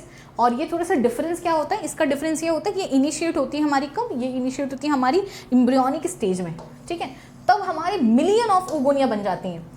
और आपकी इसके बाद कोई भी एक्स्ट्रा ओगोनिया सेल बनती ही नहीं है। इसका देखो, ओवम आपकी जो ओगोनिया सेल होती है ना, एम्ब्रियोनिक स्टेज में ही आपकी क्या होती है, प्राइमरी स्पर्मेटोसाइट बना के मियोसिस 1 में एंटर कर जाती है, लेकिन ये अरेस्ट हो जाती है और इसी स्टेज में इसी के ऊपर कुछ कुछ सेल्स आ जाती हैं। मान लो ये प्राइमरी वो oocyte है, इसी के ऊपर कुछ सेल्स आ जाती हैं जिनको बोलते हैं ग्रैनुलोसा सेल। इस स्ट्रक्चर को हम बोलने लगते हैं ये स्ट्रक्चर अब बन चुका है हमारा प्राइमरी फॉलिकल। ठीक है, तो भाई प्राइमरी oocyte है, ये ऐसे सिंगल नहीं रहती है, मतलब ये अपनी पूरी सुरक्षा व्यवस्था के साथ रहती है। अब प्राइमरी फॉलिकल इसी एज पे बेबी का बर्थ हो जाता है। ठीक है, फिर प्यूबर्टी आते आते बहुत सारे फॉलिकल डीजनरेट हो जाते हैं, 60 से 80 से बचते हैं हर एक ओवरी के अंदर। और फिर इन्हीं प्राइमरी फॉलिकल के ऊपर ना और सारी सेल्स आने लगती हैं, 6 to 8 लेयर्स आने लगती हैं, एक अच्छी सी कवरिंग आ जाती है, ऐसे बन जाती है आपकी सेकेंडरी फॉलिकल, इसको बना देते हैं, ऐसे हो जाता है, ऐसे थीका बन जाता है ना। और बहुत सारी ऐसे ग्रैनुलोसा की सेल्स आ जाती हैं ऐसे साइड साइड में, और हमारा सेंटर पे यहाँ पे हमारी होती है प्राइमरी oocyte। फिर यही सेकेंडरी oocyte अल्टीमेटली हमारी क्या करती है, टर्शरी फॉलिकल में कन्वर्ट हो जाती है। क्यों? इसी के अंदर में ऐसे कैविटी आ जाती है, ऐसे खाली कैविटी आ जाती है जिसके अंदर बहुत सारा फ्लूइड फिल्ड होता है। तो एंट्रम का अराइज होना है ना, is the characteristic of tertiary follicle. और इसी में हमारी क्या होती है, जो थीका की लेयर होती है, ऐसे थीका 2 लेयर में कन्वर्ट हो जाती है, इंटरना एंड एक्सटर्ना। ठीक है, और इसी स्टेज पे हमारा क्या होता है, आपका प्राइमरी oocyte हमारा अल्टीमेटली जो मियोसिस 1 भी हमारा कन्वर्ट हो जाता है। ओवरऑल हम इतना बोलने की कोशिश कर रहे हैं कि टर्शरी फॉलिकल के अंदर एंट्रम आता है और इसी के अंदर हमारे मियोसिस आपकी कंप्लीट हो जाती है। ठीक है, बट यहाँ पे अनइक्वल डिवीजन होता है, ये हम लोग आपको बता ही चुके हैं ऑलरेडी।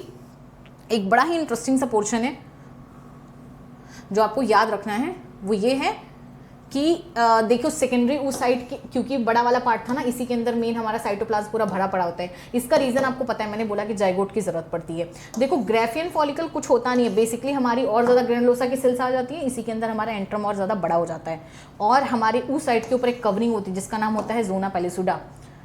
इसको थोड़ा सा हम करा देते हैं, एक छोटा सा डायग्राम बना देते हैं। कितना भी मैंने बोल दिया है, ये देखो ऐसे फॉलिकल्स हो गए, ग्रैनुलोसा सेल्स हो गए, लेबलिंग नहीं करेंगे, टाइम है नहीं। Primary oocyte, primary follicle. ठीक है, सेकेंडरी में कुछ खास नहीं, थीका आ जाए और ऐसे बहुत सारी मैनी लेयर्ड आ जाए ग्रैनुलोसा की सेल, अंदर में प्राइमरी oocyte, सेकेंडरी oocyte। ठीक है, फिर यहाँ पे हमारी थीका एक्सटर्ना अलग हो जाए, इंटरना अलग हो जाए, और ग्रैनुलोसा सेल की कवरिंग और ज़्यादा बढ़ जाए, और इसी के अंदर हमारा जो है ये हो जाए सेकेंडरी oocyte, मियोसिस 1 कंप्लीट होके। ठीक है, और यहीं पे ऐसे एक एंट्रम बन जाए, यहीं पे एक ऐसे फ्लूइड फिल्ड कैविटी बन जाए, टर्शरी फॉलिकल। ठीक है, अब ग्राफियन में क्या होता है, बेसिकली थीका एक्सटर्ना करा दो, थीका इंटरना करा दो। ठीक है, उसके बाद मियोसिस 1 कंप्लीट करा के यहाँ पे oocyte करा दो, एंट्रम को और बड़ा कर दो एंड बहुत ज़्यादा इसके अंदर फ्लूइड फिल्ड कर दो। ठीक है, और फिर यहाँ पे ग्रैनुलोसा सेल की कवरिंग और ज़्यादा कर दो। ठीक है, और यहाँ पे ऐसे ग्रैनुलोसा सेल को कुछ को साइड में कर दो, उनका अलग से नाम डाल दो, कोरोना रेडिएटा, जोना पेलिसुडा, ऐसे ऐसे ग्राफियन फॉलिकल में ग्रैनुलोसा सेल्स की अलग अलग नेम आ जाती हैं। ठीक है, यही हमारी कहानी है। अब देखो हम लोग आ जाते हैं आगे में।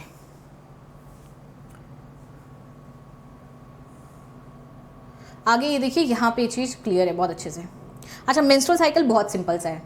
मेंस्ट्रुअल साइकिल कुछ है नहीं, जब आपका फर्टिलाइजेशन नहीं होता है। ठीक है, जब आपका फर्टिलाइजेशन नहीं होता है तब मेंस्ट्रुअल साइकिल होती है। मेंस्ट्रुअल साइकिल में होता क्या है कि 2 चीज़ें होती हैं, एक आपका पिट्यूटरी हार्मोन चेंज होता है, एक हमारा ओवरी हार्मोन में चेंजेस होता है।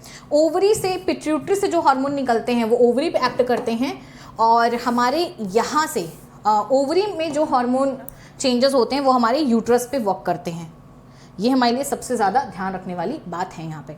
ठीक है, देखो होता क्या है, कुछ नहीं है भाई। मेंस्ट्रुअल साइकिल है क्या, बेसिकली एक साइक्लिकल चेंजेस है जो प्राइमेट्स में होती है। सबसे पहले स्टार्ट होती है फीमेल में प्यूबर्टी पे, मेनार्क उसको बोलते हैं। ठीक है, 28 दिन की होती है जनरली। होता क्या है, अगर हम सोचो, इमेजिन करो, एक साइक्लिक का एंड होना, दूसरे साइकिल का शुरुआत होना एक साथ होता है। ठीक है, तो सबसे पहले यहाँ पे फेजेस देखो। एक हमारा जो फेज है,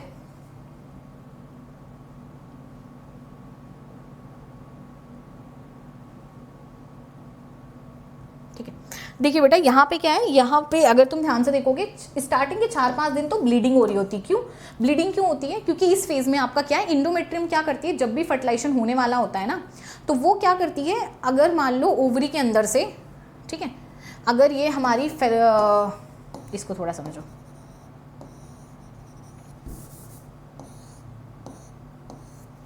what is wrong with me. ठीक है, यहाँ पे ओवरी है, यहाँ से जब ओवर रिलीज होता है, ओवुलेशन होता है तो एम्पुला में आता है, तो एंडोमेट्रियम क्या होती है, फटाफट फटाफट अपनी थिकनिंग बढ़ाने लगती है, अरे अरे जाइगोट आ रहा होगा, इम्प्लांटेशन हो रहा होगा। लेकिन जब स्पर्म यहाँ पे नहीं जाता तो कितना दिन तक यहाँ पे इंतजार करेंगे। तो बेसिकली फिर ये जो एक्स्ट्रा लाइनिंग है, जो एक्स्ट्रा ग्लैंड्स हैं, जो आपके एक्स्ट्रा जो टिश्यूज हैं, जो ब्लड वेसल्स हैं, along with this secondary oocyte, ये सब आपकी फ्लो में बाहर आने लगती हैं। ठीक है, इसी को हम लोग बोलते हैं आपका मेंस्ट्रुअल ब्लीडिंग होना। तो यही फेज से हम शुरुआत कर रहे हैं। तो देखो स्टार्टिंग के 5 दिन देखो ना, आपकी एंडोमेट्रियम की लाइनिंग आपकी थिन हो रही है। इस लेवल पे प्रोजेस्टेरॉन एस्ट्रोजन, क्योंकि यही हमारी, ये दोनों हमारी इंपॉर्टेंट होती है बेसिकली एंडोमेट्रियम की लाइनिंग को मेंटेन करने के लिए। बट इस वक्त तो एंडोमेट्रियम की लाइनिंग टूट रही है ना, मेंटेन क्यों करेंगे। मेंटेन आप क्या करते हो, घर में किचन में खाना तभी लाते हो, बहुत सारे एक्स्ट्रा ऑर्डर तब करते हो जब आपको पता है हाँ कोई गेस्ट आने वाला। अभी तो इनके यहाँ पे पता चला भाई गेस्ट नहीं आ रहे तो उठा के फेंक रहे हैं, तो इस वजह से और नहीं ला रहे। प्रोजेस्टेरॉन एस्ट्रोजन एकदम नॉर्मल पे है, ब्लीडिंग फेज एकदम, एंडोमेट्रियम की लाइन एकदम ड्रॉप हो रही है बहुत स्लोली। देखो FSH भी एकदम ड्रॉप पे है, LH हल्का हल्का बढ़ रहा है, क्योंकि देखो एक ओवरी 1 महीने ओवर रिलीज करती, दूसरी महीने दूसरा। तो जब एक का बेसिकली नहीं होता है कि हाँ फर्टिलाइजेशन नहीं होगा, दूसरी ओवरी थोड़ा फॉलिकल्स को डेवलप करना शुरू कर देती है। ठीक है, तो उसके बाद अल्टीमेटली बट बहुत स्लो होता है। फिर उसके बाद 5th डे के बाद देखो एकदम ढंग से आपकी क्या होती है, ये प्राइमरी फॉलिकल प्राइमरी फॉलिकल तो बर्थ के पहले बन जाती है, ये हमारे सेकेंडरी फॉलिकल्स टर्शरी होना, ग्रेफियन होना, ये हमारा कन्वर्ट होना स्टार्ट हो जाती है, क्योंकि LH हार्मोन का हमारा कंसंट्रेशन बढ़ जाता है। ठीक है, ये हमारे इन पे ओवरी के फॉलिकल्स पे एक्ट करता है। और फॉलिकल्स में जो ये ग्रैनुलोसा की सेल्स होती हैं, ये आपकी बहुत ज़्यादा अमाउंट में एस्ट्रोजन सिक्रीट करने लगती हैं। तो हमारे ये देखो एंडोमेट्रियम की लाइनिंग धीरे धीरे बढ़ती है, क्योंकि इसको पता चलता है कि चलो ठीक है एक ओवरी का नहीं आया, बट हो सकता है अगले महीने आपका क्या हो, हमारा जाइगोट आके इम्प्लांट करे। थोड़ी तैयारी शुरू कर देती हैं। ठीक है, 14th डे पे फिर अचानक से LH हार्मोन का कंसंट्रेशन बढ़ता है, FSH का कंसंट्रेशन बढ़ता है, और फिर आपका एस्ट्रोजन का बढ़ता है, और सब साथ में मिलके एक सर्ज करा देते हैं, LH सर्ज कहते हैं, बेटा भागो। इसमें क्या होती है, जो हमारी ग्रेफिन फॉलिकल की रैप्चर होती है, ओवा हमारी रिलीज हो जाती है। ठीक है, तो इसको बोलते हैं ओव्यूलेटरी फेज। उसके बाद हमारा शुरू होता है, हमारा जो रिमेनिंग पोर्शन रहता है, ग्रैनुलोसा सेल हो गई, बाकी जो भी हो गई, वो हमारी सब कन्वर्ट हो जाती है कॉर्पस ल्यूटियम में। और कॉर्पस ल्यूटियम हमारा बहुत ज़्यादा अमाउंट में आपका प्रोजेस्टेरॉन सिक्रीट करता है, और प्रोजेस्टेरॉन मेल रिस्पॉन्सिबल होती है अच्छा खासी एंडोमेट्रियम की लाइनिंग को। ठीक है, क्योंकि इस वक्त इनको लग रहा है अरे ओवा भाग चुकी है और अब स्पर्म आ रहा होगा, जाइगोट आ रहा होगा, शायद हमें इम्प्लांटेशन की जरूरत पड़े। ठीक है, तो कॉर्पस ल्यूटियम भर भर के प्रोजेस्टेरॉन सिक्रीट करता है, बट आफ्टर 10 to 14 डे इनको रियलाइज होता है कि भाई अब नहीं आने वाला, ये हमारा कॉर्पस ल्यूटियम खत्म हो जाता है, प्रोजेस्टेरॉन का लेवल डाउन हो जाता है। जहां प्रोजेस्टेरॉन का लेवल डाउन हुआ, एंडोमेट्रियम हमारी फिर से रैप्चर होना शुरू होती है, and then again the same thing. यहाँ पे क्या क्या चीज़ें, क्वेश्चन यहाँ से कहाँ से आते हैं, बहुत सिंपल चीज़ है। इसी डायग्राम को थोड़ा सा घुमा देगा, प्रोजेस्टेरॉन का लेवल कभी डाउन ही नहीं करेगा, ऐसे बढ़ा देगा, इसका मतलब फीमेल प्रेग्नेंट हो गई। तो जब फीमेल प्रेग्नेंट हो जाती है तो ब्लीडिंग फेज उनमें नहीं देखा जाता है। ठीक है, बाकी कॉर्पस ल्यूटियम क्या है, येलो कलर मास है, जो कि हमारा ग्रेफिन फॉलिकल ओवुलेशन के बाद कन्वर्ट हो जाता है। प्रोजेस्टेरॉन कौन सिक्रीट करता है, कॉर्पस ल्यूटियम। ठीक है, और FSH LH किस पे करते हैं वर्क, ओवरी पे। फॉलिकुलर फेज कितने दिन तक चलता है, या इसको पॉलिफरेटरी फेज भी बोलते हैं, क्यों, क्योंकि यहाँ पे हमारी एंडोमेट्रियम लाइनिंग का पॉलिफरेशन हो रहा है।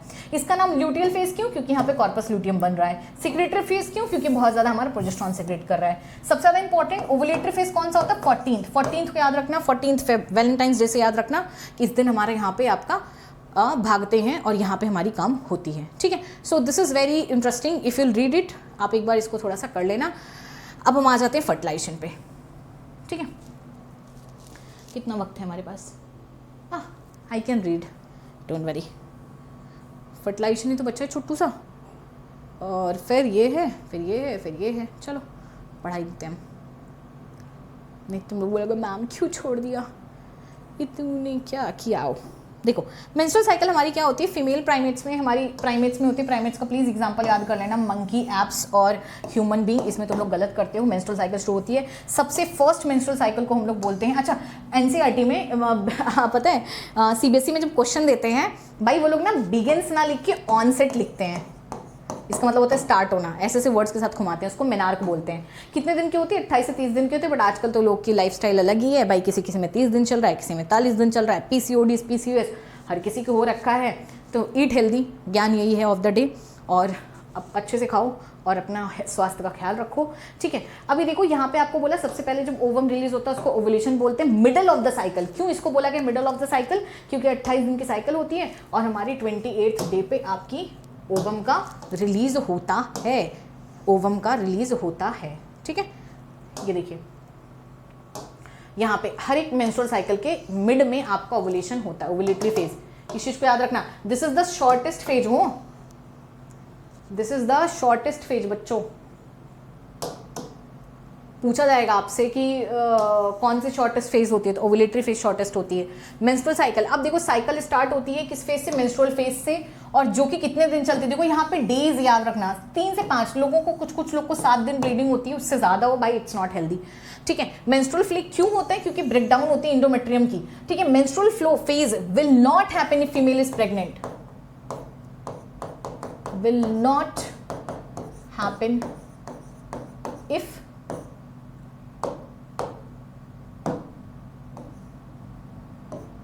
भाई रहने दो, हो गया, आई हैव गिवन अप, लिख लो, ठीक है।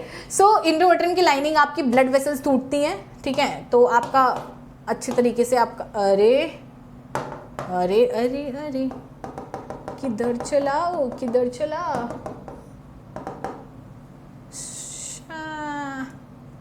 चलो कोई नहीं।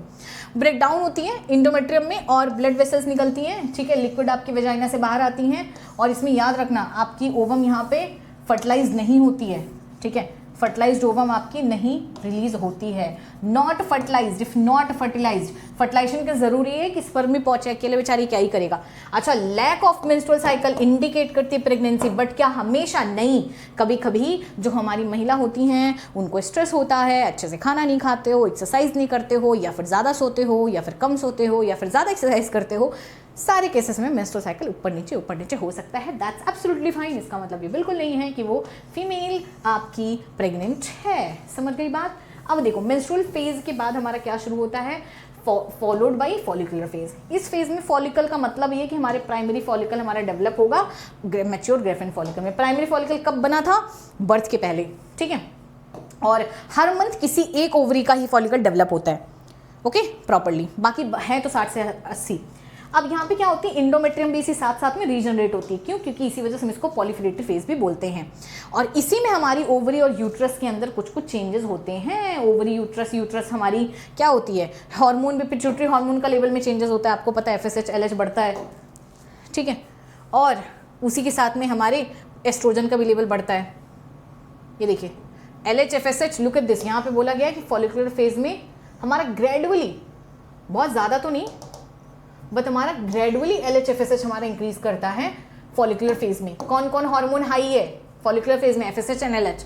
और हमारा आपका क्या होता है? एस्ट्रोजन भी हमारा हाई होता है। LH FSH दोनों आपके पीक पे जब आते हैं मिडल ऑफ द साइकिल में, तो हम उसको LH सर्ज बोलते हैं। This is very important. और इसको हम लोग बोलते हैं ovulation. This is the shortest phase, सबसे छोटा 1 दिन का है, ठीक है।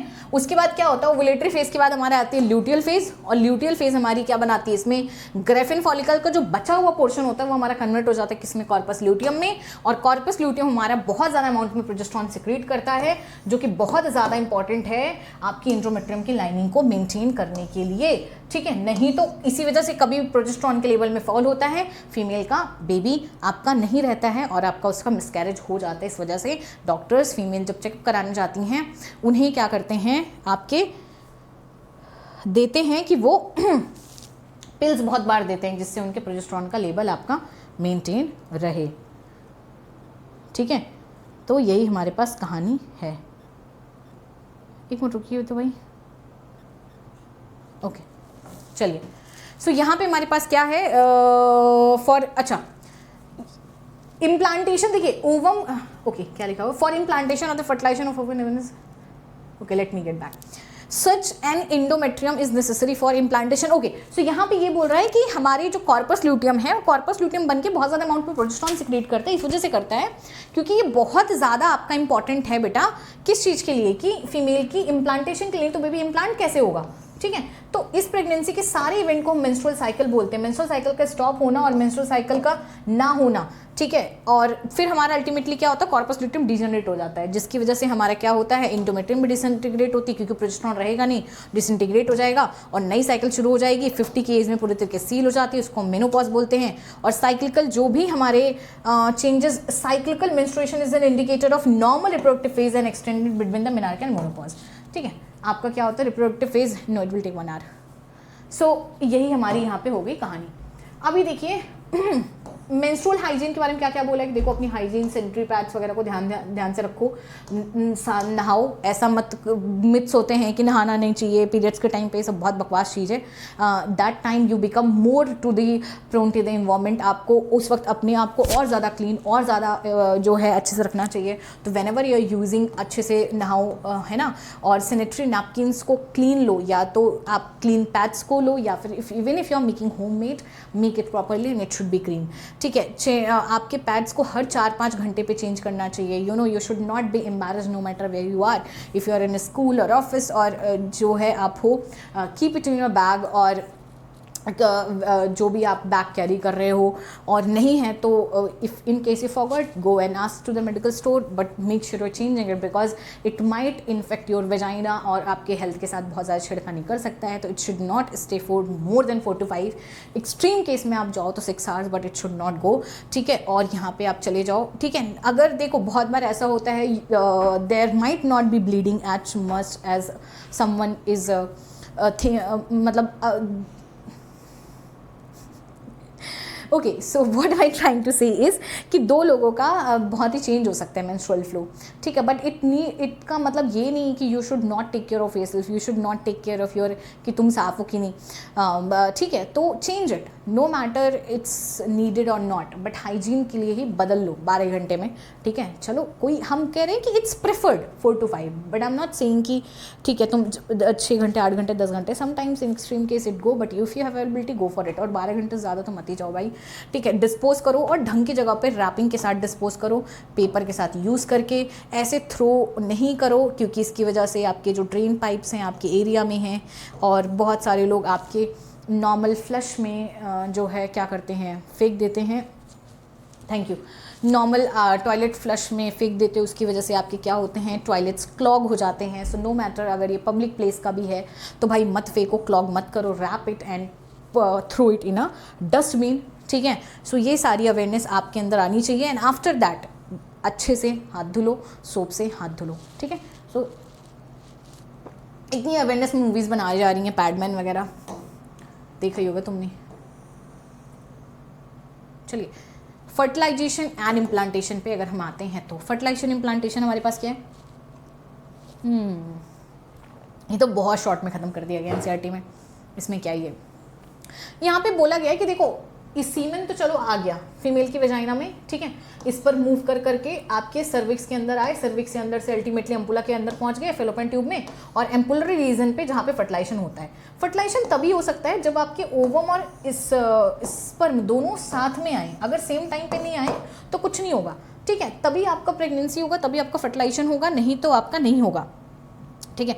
अब ये देखिए प्रोसेस जो फर्टिलाइजेशन की है, यहाँ पे बोला गया है फर्टिलाइजेशन के टाइम पे आपका क्या होता है, जो स्पर्म है वो आता है जोना पेलिसुडा के कांटेक्ट में, और उसके बाद उसके अंदर, अच्छा ये बहुत ही शॉर्ट कर दिया भाई, कोई नहीं, ये यहाँ पे है, हम भी कर लेंगे, यहाँ पे है, यहाँ पे है, यहाँ पे है, यहाँ पे है, यहाँ पे है, यहाँ पे, यहाँ पे, यहाँ पे आपकी ओवरी, यहाँ पे बोल रहे हैं एम्पुला रीजन पे ओवा है, यहाँ पे स्पर्म आएगा पहले वेजाइना में, फिर सर्विक्स में, फिर यूट्रस में। एक्चुअली इसके ऊपर एक एंटी फर्टिलाइजन होता है जो जिसकी वजह से ये आपका यहाँ पे आ जाता है, और दोनों यहाँ पे आके ऐसे फ्यूज़ कर जाते हैं। फ्यूजन के लिए ज़रूरी है दोनों सेम टाइम पे आए, ठीक है। ओवम के पास आने के पास भी बेटा यहाँ पे क्या होती है, ये देख रहे हो, इसका पहले स्ट्रक्चर थोड़ा समझ लो। ये देखो है, ये इसकी अंदर की मेम्ब्रेन हो गई, ठीक है, जिसको हम लोग बोल दिए, यहाँ पे नहीं बोला गया है, which is your oolemma. Oolemma is basically plasma membrane, ठीक है। इसके बाहर की एक नॉन सेलुलर लेयर है, ये देखो, जिसको बोलते हैं zona pellucida, it is non cellular, acellular, ये सेल की नहीं बनी होती है। और इसके जस्ट बाहर में इसी को विटेलाइन मेम्ब्रेन भी बोलते हैं। तो देखो विटेलाइन मेम्ब्रेन, तो इसके और इसके बीच में जो स्पेस है, ऊलेमा और ज़ोना पेलिसोडा लेयर के बीच में या विटलाइन मेम्ब्रेन के बीच में जो स्पेस है, इसको बोलते हैं पेरीविटलाइन स्पेस। इसी के बाहर ये देखो कोरोना रेडिएटा की सेल्स होती हैं। तो जब आपका स्पर्म आता है, पहले कोरोना रेडिएटा जो उसके ऊपर एक्रोसोम होता है, एक्रोसोम को बेसिकली थोड़ा सा एक रिएक्शन होती है जिसको बोलते हैं कैपेसिटेशन, ठीक है।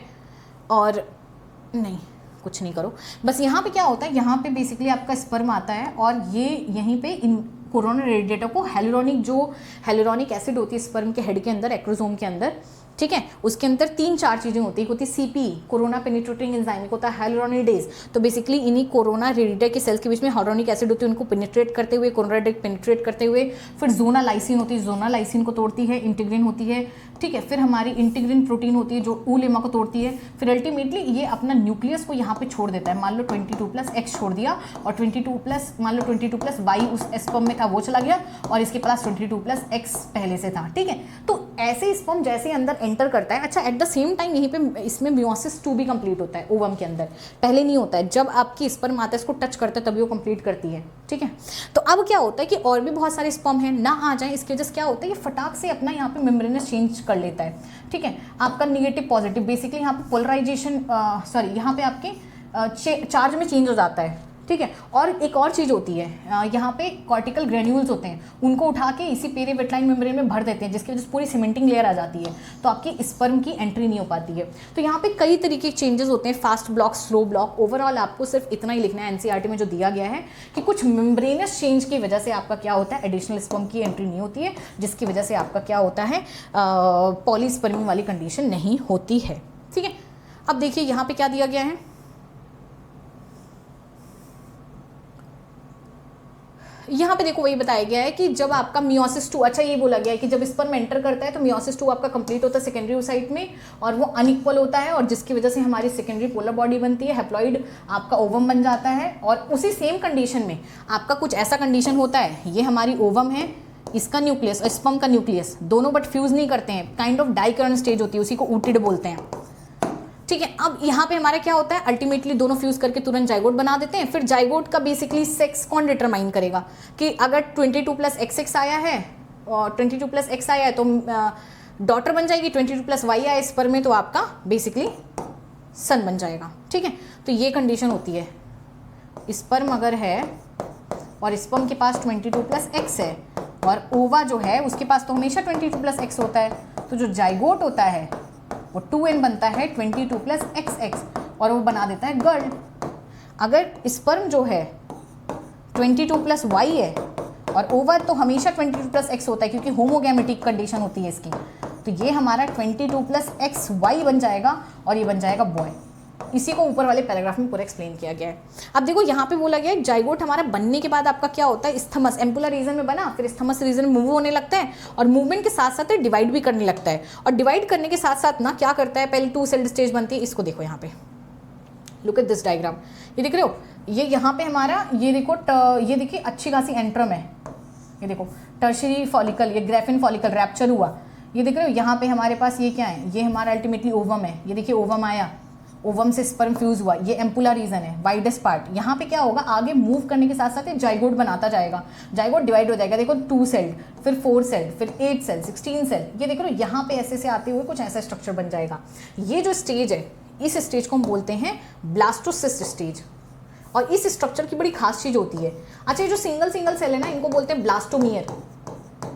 अच्छा, इसको क्लीवेज क्यों बोलते हैं, एक तरीके का माइटोटिक डिवीजन ही होता है, लेकिन यहाँ पे आपका क्या होता है, सेल का साइज नहीं बढ़ता है, ठीक है, साइटोप्लाज्मिक कंटेंट उतना ही रह जाता है, डीएनए सब में इक्वल रहता है, तो एक तरीके का स्पेशल टाइप का माइटोसिस समझ लो। यहाँ पे क्या होता है, ब्लास्टोसिस्ट स्ट्रक्चर बड़ा खास बनता है, इसमें देखो बाकी सब के ऊपर ज़ोना पेलिसोडा की लेयर अभी भी इंटैक्ट रहेगी, ये स्ट्रक्चर आते आते ज़ोना पेलिसोडा की लेयर नहीं रहती, ये लगने में लगभग 1 हफ्ते लग जाते हैं। यहाँ पे देखो, ये भी ब्लास्टोसिस्ट स्ट्रक्चर नहीं है, ये देखो यहाँ पे एक जो बाहर के सेल है इसको बोलते हैं ट्रोफोब्लास्ट, ये जो अंदर सेल है इसको बोलते हैं आईसीएम, मास ऑफ सेल, ये जो कैविटी इसको बोलते हैं ब्लास्टोसील, ठीक है। इसी स्टेज में आपका क्या होता है, ये ट्रोफोब्लास्ट आपकी इंडोमेट्रियम के अंदर इम्प्लांट हो जाता है, अंदर की तरफ से प्रेस करता है इसके ट्रोफोब्लास्ट के अंदर, इंडोमेट्रियम की लेयर इसको ऐसे पूरे अच्छे तरीके से कवर कर लेती है, इसी को बोलते हैं इम्प्लांटेशन, ठीक है। ये देखिए यहाँ पे क्या बोला है कि हमारी पहले 2 सेल बनती, फिर 4 है, फिर 8 सेल हमारी, और उन सेल्स को ब्लास्टोमेर बोलने लगते हैं। जब एम्ब्रायो हमारा 8 से 16 सेल में होता है, तो उसे हम मॉरूला बोलते हैं। इस चीज़ को याद रखना, ये बहुत इंपॉर्टेंट तुम्हारे लिए चीज़ आएगी। ये 8 to 16 सेल को मॉरूला बोलते हैं, ठीक है। पहले हमारा जाइगोट आएगा, फिर हमारा मॉरूला आएगा 8 to सेल, फिर हमारा आएगा ब्लास्टुला स्टेज, फिर हमारी आएगी ग्रास्टुला स्टेज, ठीक है। इसमें होता है इम्प्लांटेशन। मॉरूला हमारा अल्टीमेटली ब्लास्टोसिस्ट में कन्वर्ट हो जाता है और अल्टीमेटली ब्लास्टोमियर्स हमारे, ये बोला गया ना कि जो हमारी ब्लास्टोमियर सेल्स हैं पहले एक बार के लेयर बना जिनको ट्रोफोब्लास्ट बोलते हैं, अंदर में आईसीएम, और ट्रोफोब्लास्ट की लेयर ही अल्टीमेटली अटैचमेंट में हेल्प करती है और इनर सेल मास हमारी जो है वही अल्टीमेटली एम्ब्रायो बनाती है। दिस इज महा इंपॉर्टेंट क्वेश्चन, ठीक है। तो यही हमारी चीज़ है कि अभी ये देखो क्या बोला गया है, जैसे अटैचमेंट होता है यूट्राइन की जो सेल होती है रैपिडली कवर कर लेती है, जैसे समझ लो एक बॉल को ले लो और गीले आटे में घुसा दो, वैसे ही हमारा क्या होता है ब्लास्टोसिस्ट होता है इंडोमेटर में अच्छे से एकदम अंदर घुस जाता है, ठीक है। इसी को हम इम्प्लांटेशन बोलते हैं, ठीक है। अब आते हैं आगे में, क्या बात है जवानों, तुम लोगों ने कर लिया। अब देखिए यहाँ पे क्या है कि आपकी प्रेगनेंसी और एम्ब्रियोनिक, अच्छा होता क्या है, होता यहाँ पे ये है कि जब आपका ये मान लो ब्लास्टोसिस्ट की ट्रोफोब्लास्ट की लेयर है, इधर में इनर सेल मास है, ठीक है, जो अल्टीमेटली आपका लेयर बना के बेबी बनाएगा, उसको छोड़ दो, यहाँ पे एंडोमेट्रियम की लेयर है। सो व्हाट एग्जैक्टली हैपेंस, आपकी जो ट्रोफोब्लास्ट है ना, इसी के ऊपर ऐसे ऐसे क्रोनिक विलाई आ जाती है, ऐसे फिंगर लाइक प्रोजेक्शंस आ जाती है, और इधर से आपका क्या होता है कि अल्टीमेटली यूट्राइन टिश्यू भी ऐसे बाहर आने लगते हैं, ये ऐसे, ये इंटरडिजिटेट हो जाते हैं आपस में, ये देखिए, ये देखिए ऐसे आपस में, ठीक है। और ये हमारे क्या बना देते हैं, ये अल्टीमेटली बना देते हैं आपका प्लेसेंटा। लेकिन क्या होता है जो, अच्छा ये देखिए इसको पहले रीड कर लेते हैं। इम्प्लांटेशन के बाद फिंगर लाइक प्रोजेक्शंस कहाँ पे आते हैं आपके, आते हैं आपके क्रोनिक विलाई पे। फिंगर लाइक प्रोजेक्शंस जो होते हैं उनको हम लोग बोलते हैं ट्रोफोब्लास्ट से निकलते हैं। इमेजिन करो ये ट्रोफोब्लास्ट मेरा हाथ है, इससे मेरे फिंगर लाइक प्रोजेक्शन निकल रहे हैं, इसको हमने क्रोनिक विलाई बोल दिया, और जो कि अल्टीमेटली हमारा सराउंड हो जाता है यूट्राइन टिश्यू से और मैटरनल ब्लड से। मान लो इधर से हमने क्या निकाल दिया यूट्राइन टिश्यू से, इधर से हमने मैटरनल ब्लड और टिश्यू निकाल दिया, दोनों ऐसे आपस में मिक्स हो गए, ठीक है, वही चीज़ आपकी होती है। तो यही हमारा क्रोनिक विलाई और साथ में यूट्राइन टिश्यू मिलके इंटरडिजिटेट होके आपका अल्टीमेटली ज्वाइन हो जाते हैं, स्ट्रक्चर और फंक्शनल यूनिट बनाते हैं एम्ब्रायो की, और जिसको बोलते हैं placenta. This is important to note. पूछा जाता है कि प्लेसेंटा किससे बनता है, तो प्लेसेंटा याद रखना मैटरनल टिश्यू से, और माँ और बच्चे दोनों की टिश्यू से अल्टीमेटली आपका प्लेसेंटा मिलके बनता है। अच्छा प्लेसेंटा का काम क्या क्या है, अच्छा होता क्या है बेटा, एक्चुअली मान लो ये आपकी क्या बोलते हैं, ये बेबी है, एम्ब्रायो है, हाँ, ये आपका यहाँ पे प्लेसेंटा है, तो इनके बीच में क्या होती है, अम्बिलिकल कॉर्ड होती है। प्लेसेंटा डायरेक्ट आपका कनेक्टेड, क्योंकि प्लेसेंटा के अंदर यूट्राइन टिश्यू भी है ना, तो डायरेक्ट प्लेसेंटा को हम बेबी से कनेक्ट नहीं कराते हैं, क्योंकि बहुत सारी चीज़ें, बहुत नहीं तो फिर बच्चों के अंदर इन्फेक्शन बहुत आसानी से चला जाएगा, ठीक है। तो इसके बीच में एक और कनेक्टिविटी होती है। अच्छा प्लेसेंटा का काम क्या है, प्लेसेंटा का काम बहुत ज़्यादा इंपॉर्टेंट होता है, इसको लर्न करना है। 3 मार्क्स का क्वेश्चन आता है कि प्लेसेंटा हमारा देखो सब कुछ करता है, ऑक्सीजन हो गया, न्यूट्रिएंट्स हो गए, ठीक है, हमारे जो भी रिमूवल होते हैं गंदगी, कार्बन डाइऑक्साइड और एक्सक्रीटरी वेस्ट मटेरियल वो देते हैं। और प्लेसेंटा, ये देखिए प्लेसेंटा एम्ब्रायो से कनेक्टेड होता है इम्बिलिकल कॉर्ड से, जो कि सब्सटेंस को ट्रांसपोर्ट करता है आपके एम्ब्रायो तक, ठीक है। और उसके बाद आपका क्या है, देखो इस चीज़ को पता नहीं तुम लोग समझ पा रहे हो कि नहीं, रुकिए, देखिए क्या बता रहे थे, ये हो गई ट्रोफोब्लास्ट, राइट, और ये यहाँ पे हो गया हमारा इनर सेल मास, यहाँ पे हो गया इनर सेल मास, ठीक है, और यहाँ पे हो गए आपके पास यूट्राइन टिश्यू। अब तुम इमेजिन करो कि ये चीज़ यहाँ पे ट्रोफोब्लास्ट की ऐसे बाहर एक्सटेंशन हुई, जिसको हमने क्रोनिक विलाई बोल दिया, ठीक है। मैटराइन टिश्यू और ब्लड मिलके इधर में ऐसे बाहर की तरफ आए, ये देखो ऐसा पूरा अच्छे से एकदम मिक्स होके ऐसे पूरा प्लेसेंटा बना दिया। Now this is the placenta, right. अब देखो ये वाला जो स्ट्रक्चर है, ये जो हम अंदर बनाई है, यहाँ पे क्या होगा बेटा, ये हमारी पहले 3 लेयर में होगी, एपिडर्म, मेसोडर्म, एंडोडर्म, ठीक है। तो ये क्या होती है, ये हमारा बनाएगा अल्टीमेटली एम्ब्रायो, ये होगा एम्ब्रायो, यहाँ पे होगा, ठीक है। तो यहीं से हमारा क्या होता है अल्टीमेटली, ये ऐसे इनके बीच में कनेक्शन होता है, ये प्लेसेंटा और इसके बीच में, इसको बोलते हैं अम्बिलिकल कॉर्ड, ठीक है। ये हमारी कहानी पे वही आपको बोला गया। प्लेसेंटा एक तरीके का एंडोक्राइन टिश्यू का काम करता है, क्यों, क्योंकि ये आपका क्या सिक्रीट करता है। अच्छा ये बहुत इंपॉर्टेंट पोर्शन है, इस चीज़ को याद रखना भाई, यहाँ से भर के क्वेश्चन आते हैं इस रीज़न से, ठीक है। सबसे ज़्यादा NCERT रीडिंग का एक्चुअली मीनिंग यहीं पे आता है, तुम्हारा बाकी चीज़ें यहाँ पे देखिए एक हमारा HCG human chronic gonadotropic hormone HPL, और ये देखो कौन सिक्रेट कर रहा है, सब प्लेसेंटा, एस्ट्रोजन, प्रोजेस्ट्रॉन भी आपके प्लेसेंटा सिक्रेट कर लेते हैं। पहले progesterone corpus luteum, but after point जब प्लेसेंटा डेवलप हो जाता है तो हमारा कॉर्पस ल्यूटियम बोलता है भाई ये काम तुम करो, तुम्हारा काम है, ठीक है। अब हमारा क्या होता है बाद में, आपका ये सारी चीज़ें प्लेसेंटल हार्मोन है, ये इतनी सारी चीज़ें। अब देखो यही HCG HPL यही हमारे प्रेगनेंसी टेस्ट में काम आते हैं, क्योंकि ये सिर्फ हमारे तभी सिक्रेट होते हैं जब फीमेल प्रेग्नेंट हो। एस्ट्रोजन प्रोजेस्ट्रॉन तो नॉर्मली आपके कुछ फेजेस में सिक्रेट हो जाते हैं, ठीक है। अब देखिए यहाँ पे क्या है, बाद में हमारे कुछ और भी हार्मोन रिलीज होते हैं जैसे रिलैक्सिन, बट ये एकदम प्रेगनेंसी जब खत्म होने वाली थी तब होते हैं, ठीक है। ओवरी से, look at this, relaxin from ovary, ठीक है। क्यों ये रिलीज होते हैं, बेसिकली कि आपके जो सर्विक्स वगैरह की मसल्स हैं उनको थोड़ा सा डायलेट करने में हेल्प करें, जिससे बेबी बाहर निकले, क्योंकि बहुत ज़्यादा डायलेट करना पड़ता है। सर्विक्स वगैरह की ओपनिंग, नॉर्मली वजाइना की ओपनिंग इतनी होती है कि एक पीनस नॉर्मली नहीं जा सकता, और कहाँ बेबी का पूरा हेड और पूरा वो, तो सोचो कितनी बड़ी चेंजेस होते हैं। अच्छा, HCG HPL रिलैक्सिन आपके वुमेन में सिर्फ प्रेगनेंसी के टाइम पे बनते हैं, ठीक है, इस चीज़ को याद रखना। और हमारे एडिशनल कुछ कुछ हार्मोन होते हैं जो अक्सर बच्चे भूलते हैं, वो है कॉर्टिसोल, प्रोलैक्टिन और थायरॉक्सिन, ठीक है। इसी वजह से थायरॉक्सिन का होना बहुत ज़रूरी है। थायरॉक्सिन हार्मोन जिसके बेबी के अंदर कम हो जाता है ना, उनके बच्चे या तो बहरे होते हैं, या तो मतलब उनका बेसिकली मेंटल डेवलप वगैरह सही से नहीं होता है, तो इसी वजह से थायराइड वगैरह बहुत ज़्यादा बार चेक कराया जाता है फीमेल में, ठीक है। और कॉर्टिसोल भी तुम लोग भूलते हैं, इसको भी याद रखना। ये हमारे आपके मैटरनल ब्लड में बड़े ही होते हैं, और इन्हीं की वजह से आपका ये बहुत इसेंशियल है बेसिकली बेबी की ग्रोथ के लिए, मेटाबॉलिक चेंजेस और जो भी है पूरी प्रेगनेंसी को मेंटेन करने के लिए। जैसे ही इम्प्लांटेशन आपका होता है उसके बाद जो इनर सेल मास है, हमने आपको बोला ना ट्रोफोब्लास्ट का काम है, चलो प्लेसेंटा बना देगा, एक्स्ट्रा एम्ब्रियोनिक मेम्ब्रेन बना देगा। ये देखो एम्ब्रायो है, लुक एट दिस, ये देखो ये अम्बिलिकल कॉर्ड है, ये तुम्हारी कहीं किसी जन्म में हमारी ट्रोफोब्लास्ट की लेयर हुआ करती थी, बट अब ये यॉर्क सैक वगैरह, एमनियन, एलेंटॉस बेसिकली बेबी के बाहर की कवरिंग बना देगा, और साथ में हमारे प्लेसेंटा की विलाई बना देगा, और मैटरनल टिश्यू मिलके पूरा प्लेसेंटा बना देंगे।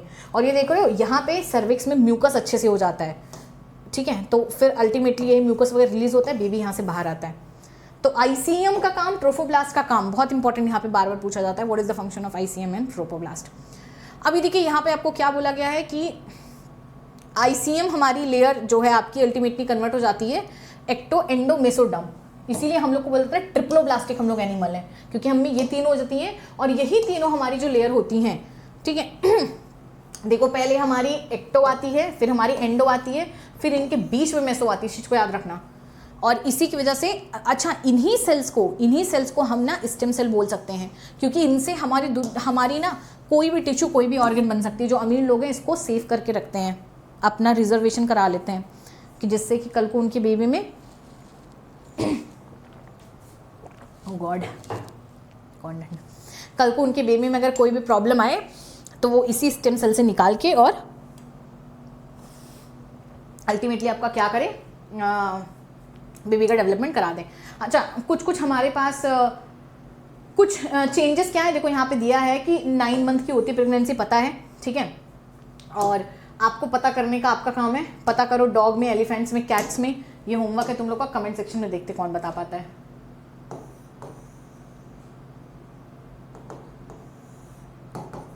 ठीक है। अच्छा, अभी देखो प्रेगनेंसी में हमारा क्या होता है, सबसे पहले मंथ में, फर्स्ट मंथ में हार्ट, देख लो सबसे पहले हमारा दिल बनता है, उसके बाद हमारी फर्स्ट साइन ऑफ लाइफ आती है, स्टेथोस्कोप पे आप सुन सकते हो। और उसके बाद 3 महीने, सेकेंड महीने ख़त्म होते होते बच्चे का आपका क्या होने लगते हैं, हाथ पैर उंगलियां बनने लगती हैं। और 3 महीने ख़त्म होते होते मतलब 12 वीक बेसिकली थर्ड मंथ में मेजर ऑर्गन सारी की सारी बन जाती हैं, जैसे हाथ पैर बन गए, एक्सटर्नल जेनाइटेलिया बन गए, ठीक है। फर्स्ट मूवमेंट, ये बड़े इंपॉर्टेंट चीज़ है, फर्स्ट मूवमेंट बेबी का आपका, और हेयर, उनके सर पे बाल, ये आपके 5th मंथ में बनते हैं, मतलब उसके पहले बच्चा गंजा होता है। और उसके बाद जब आपका एकदम मतलब 6 महीने खत्म होते होते तब उनकी बॉडी पे हेयर्स आते हैं। देखो पहले सर पे हेयर्स आते हैं, फिर बॉडी पे हेयर्स आते हैं, फिर पहले उनकी आईलिड्स बंद होती हैं, फिर आईलिड्स आपकी ओपन हो जाती हैं, फिर आईलैशेस बनते हैं, और फिर अल्टीमेटली आपका 9 मंथ का बेबी होने के बाद बेबी आपका बाहर आ जाता है। 8th मंथ तक ही ऑलमोस्ट रेडी हो जाता है बच्चा, ठीक है, मतलब थोड़ा कमज़ोर वगैरह होता है। बाकी 8th मंथ तो बहुत लोग का बेबी आप लोग सुना होगे कि हाँ उनको जल्दी हो गया, तो 8th मंथ तक अगर होता है तो उतना कोई दिक्कत की बात नहीं रहती है, ठीक है। Parturition lactation is very simple. देखो यहाँ पे कुछ है नहीं, यहाँ पे सिर्फ कितना पैराग्राफ है, रुको एक सेकेंड,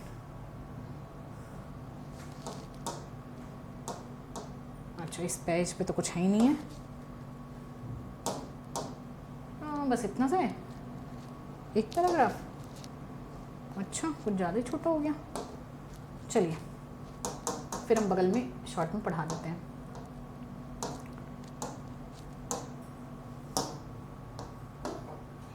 ठीक है, देखिए यहाँ पे क्या होता है, यहाँ पे ये होता है कि ये आपकी, देखिए सबसे पहले क्या होता है जब आपकी प्रेगनेंसी कंप्लीट हो जाती है 9 मंथ, मतलब अब ऐसा हो चुका है कि ये फीमेल के अंदर यहाँ पे बच्चा बन चुका है अच्छे से। तो अब क्या होता है 9 मंथ बनने के बाद आपका बहुत ज़्यादा तगड़ा कॉन्ट्रैक्शन होता है फीमेल की उसमें एंड ऑफ प्रेगनेंसी पे, जिसकी वजह से बेबी का बाहर निकलना उसको बोलते हैं पार्चुरेशन। बट पार्चुरेशन भी एक पूरी प्रोसेस है। गया पेज, कल भी गायब हो गया था, आज हम सोच रहे थे कि गायब नहीं हुआ, गायब नहीं हुआ, गायब नहीं हुआ, कितना अच्छा हुआ, आई वॉज हैप्पी, हो गया ख़त्म। किसी ने कमेंट किया था कि पेज नीचे चला जाता है,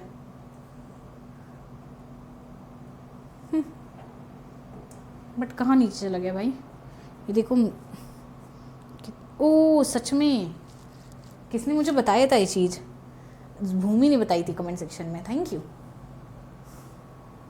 हाँ अच्छा है, एटलीस्ट मुझे पता तो चल गई है, नहीं तो पेज गायब होने पे हमेशा मुझे बड़ी फाइल करनी पड़ेगी। कल मुझे कमेंट सेक्शन में कुछ लोगों ने दिया था ज्ञान, अच्छा काम किया था। अरे फिर से गायब हो गया। अच्छा बेसिकली ऊपर या नीचे चला जाता है, ओके गॉट इट। लेकिन आफ्टर पॉइंट ये आपके जूम नहीं हो रहा है, ये है, कोई नहीं हो तो भी हमको अब चल जाएगा, ठीक है। सो यहाँ पे आपका क्या होता है, पार्चुरेशन आपका होने के बाद बेटा होता क्या है कि बहुत ही एक तरीके का एक बहुत इंपॉर्टेंट चीज़ है, ये न्यूरो इंडोक्राइन मैकेनिज्म है। मतलब यहाँ पे हमारा नर्वस सिस्टम भी काम करता है, हार्मोनल सिस्टम भी काम करता है, और जो सिग्नल आता है, this is very important point, ये बहुत बार पूछा गया है नीट में, एम्स में, कि सिग्नल देता कौन है कि भाई बच्चा तैयार है। क्या माँ बोलती है कि बेटा बाहर जाओ? नहीं, माँ जितना हो कंट्रीब्यूशन होता है उतना बेबी का भी। तो वो जो हमारी मदर की बॉडी को जो वो जाता है, मैसेज जाता है, वो आपका कहाँ से जाता है? वो जाता है कि आपका बेबी पूरे डेवलप होता है और साथ में प्लेसेंटा, दोनों मिलके क्या करते हैं, बेसिकली आपका मैसेज देते हैं कि हाँ अभी बेबी इज रेडी, ठीक है। करते कैसे हैं कि आपका जब थोड़ा सा, मान लो ये फीमेल की, ठीक है, ये फीमेल का यूट्रस है, हाँ। अब इस यूट्रस में आपका क्या है, यहाँ पे आपका बेबी डेवलप हो रहा है, ओके, यहाँ पे बेबी डेवलप हो रहा है। अब बेबी आपका डेवलप होके क्या करता है बेसिकली, यहीं पे आपकी इमेजिन करो, ये इधर ही मायोमेट्रियम की लेयर है, ठीक है, I am talking about the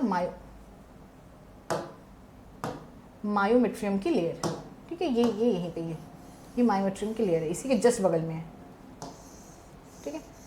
ये मायोमेट्रियम आपकी क्या होती है बेटा, थोड़ी सी कॉन्ट्रैक्ट करती है, मायोमेट्रियम, ये आपकी क्या करती है, कॉन्ट्रैक्शन होता है, स्मूथ मसल है। कॉन्ट्रैक्शन की वजह से क्या होते हैं, आपका बेसिकली ऑक्सीटोसिन रिलीज होता है, ऑक्सीटोसिन,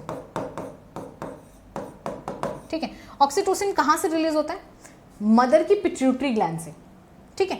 और जैसे ऑक्सीडेशन रिलीज होता है कहाँ से, पिट्यूटरी ग्लैंड से, और ज़्यादा कॉन्ट्रैक्शन होता है, और ज़्यादा कॉन्ट्रैक्शन होता है, और ज़्यादा ऑक्सीटोसिन रिलीज होता है, फिर और ज़्यादा आपका स्ट्रॉन्गर कॉन्ट्रैक्शन होता है। तो बेसिकली आपका यही चीज़ होता है। तो उसके बाद आपका क्या होता है, जब कॉन्ट्रैक्शन बहुत अच्छा खासा होता है तो बेबी आपका ऐसे स्लोली बर्थ कैनाल से बाहर आ जाता है, ऐसे करके, ठीक है। इमेजिन करो आम की, कभी आम रस बनाए हो, बेसिकली व्हाट यू डू, आम की ऊपर की वॉल को ऐसे से कॉन्ट्रैक्ट करते हो, आम की गुठली और अंदर आ जाता है, वैसे समझ लो बेबी है, मायोमेट्रियम कॉन्ट्रैक्ट कर रहा है, कॉन्ट्रैक्ट करने के साथ साथ जो है आपका क्या हो रहा है, कुछ हुआ, एवरीथिंग फाइन,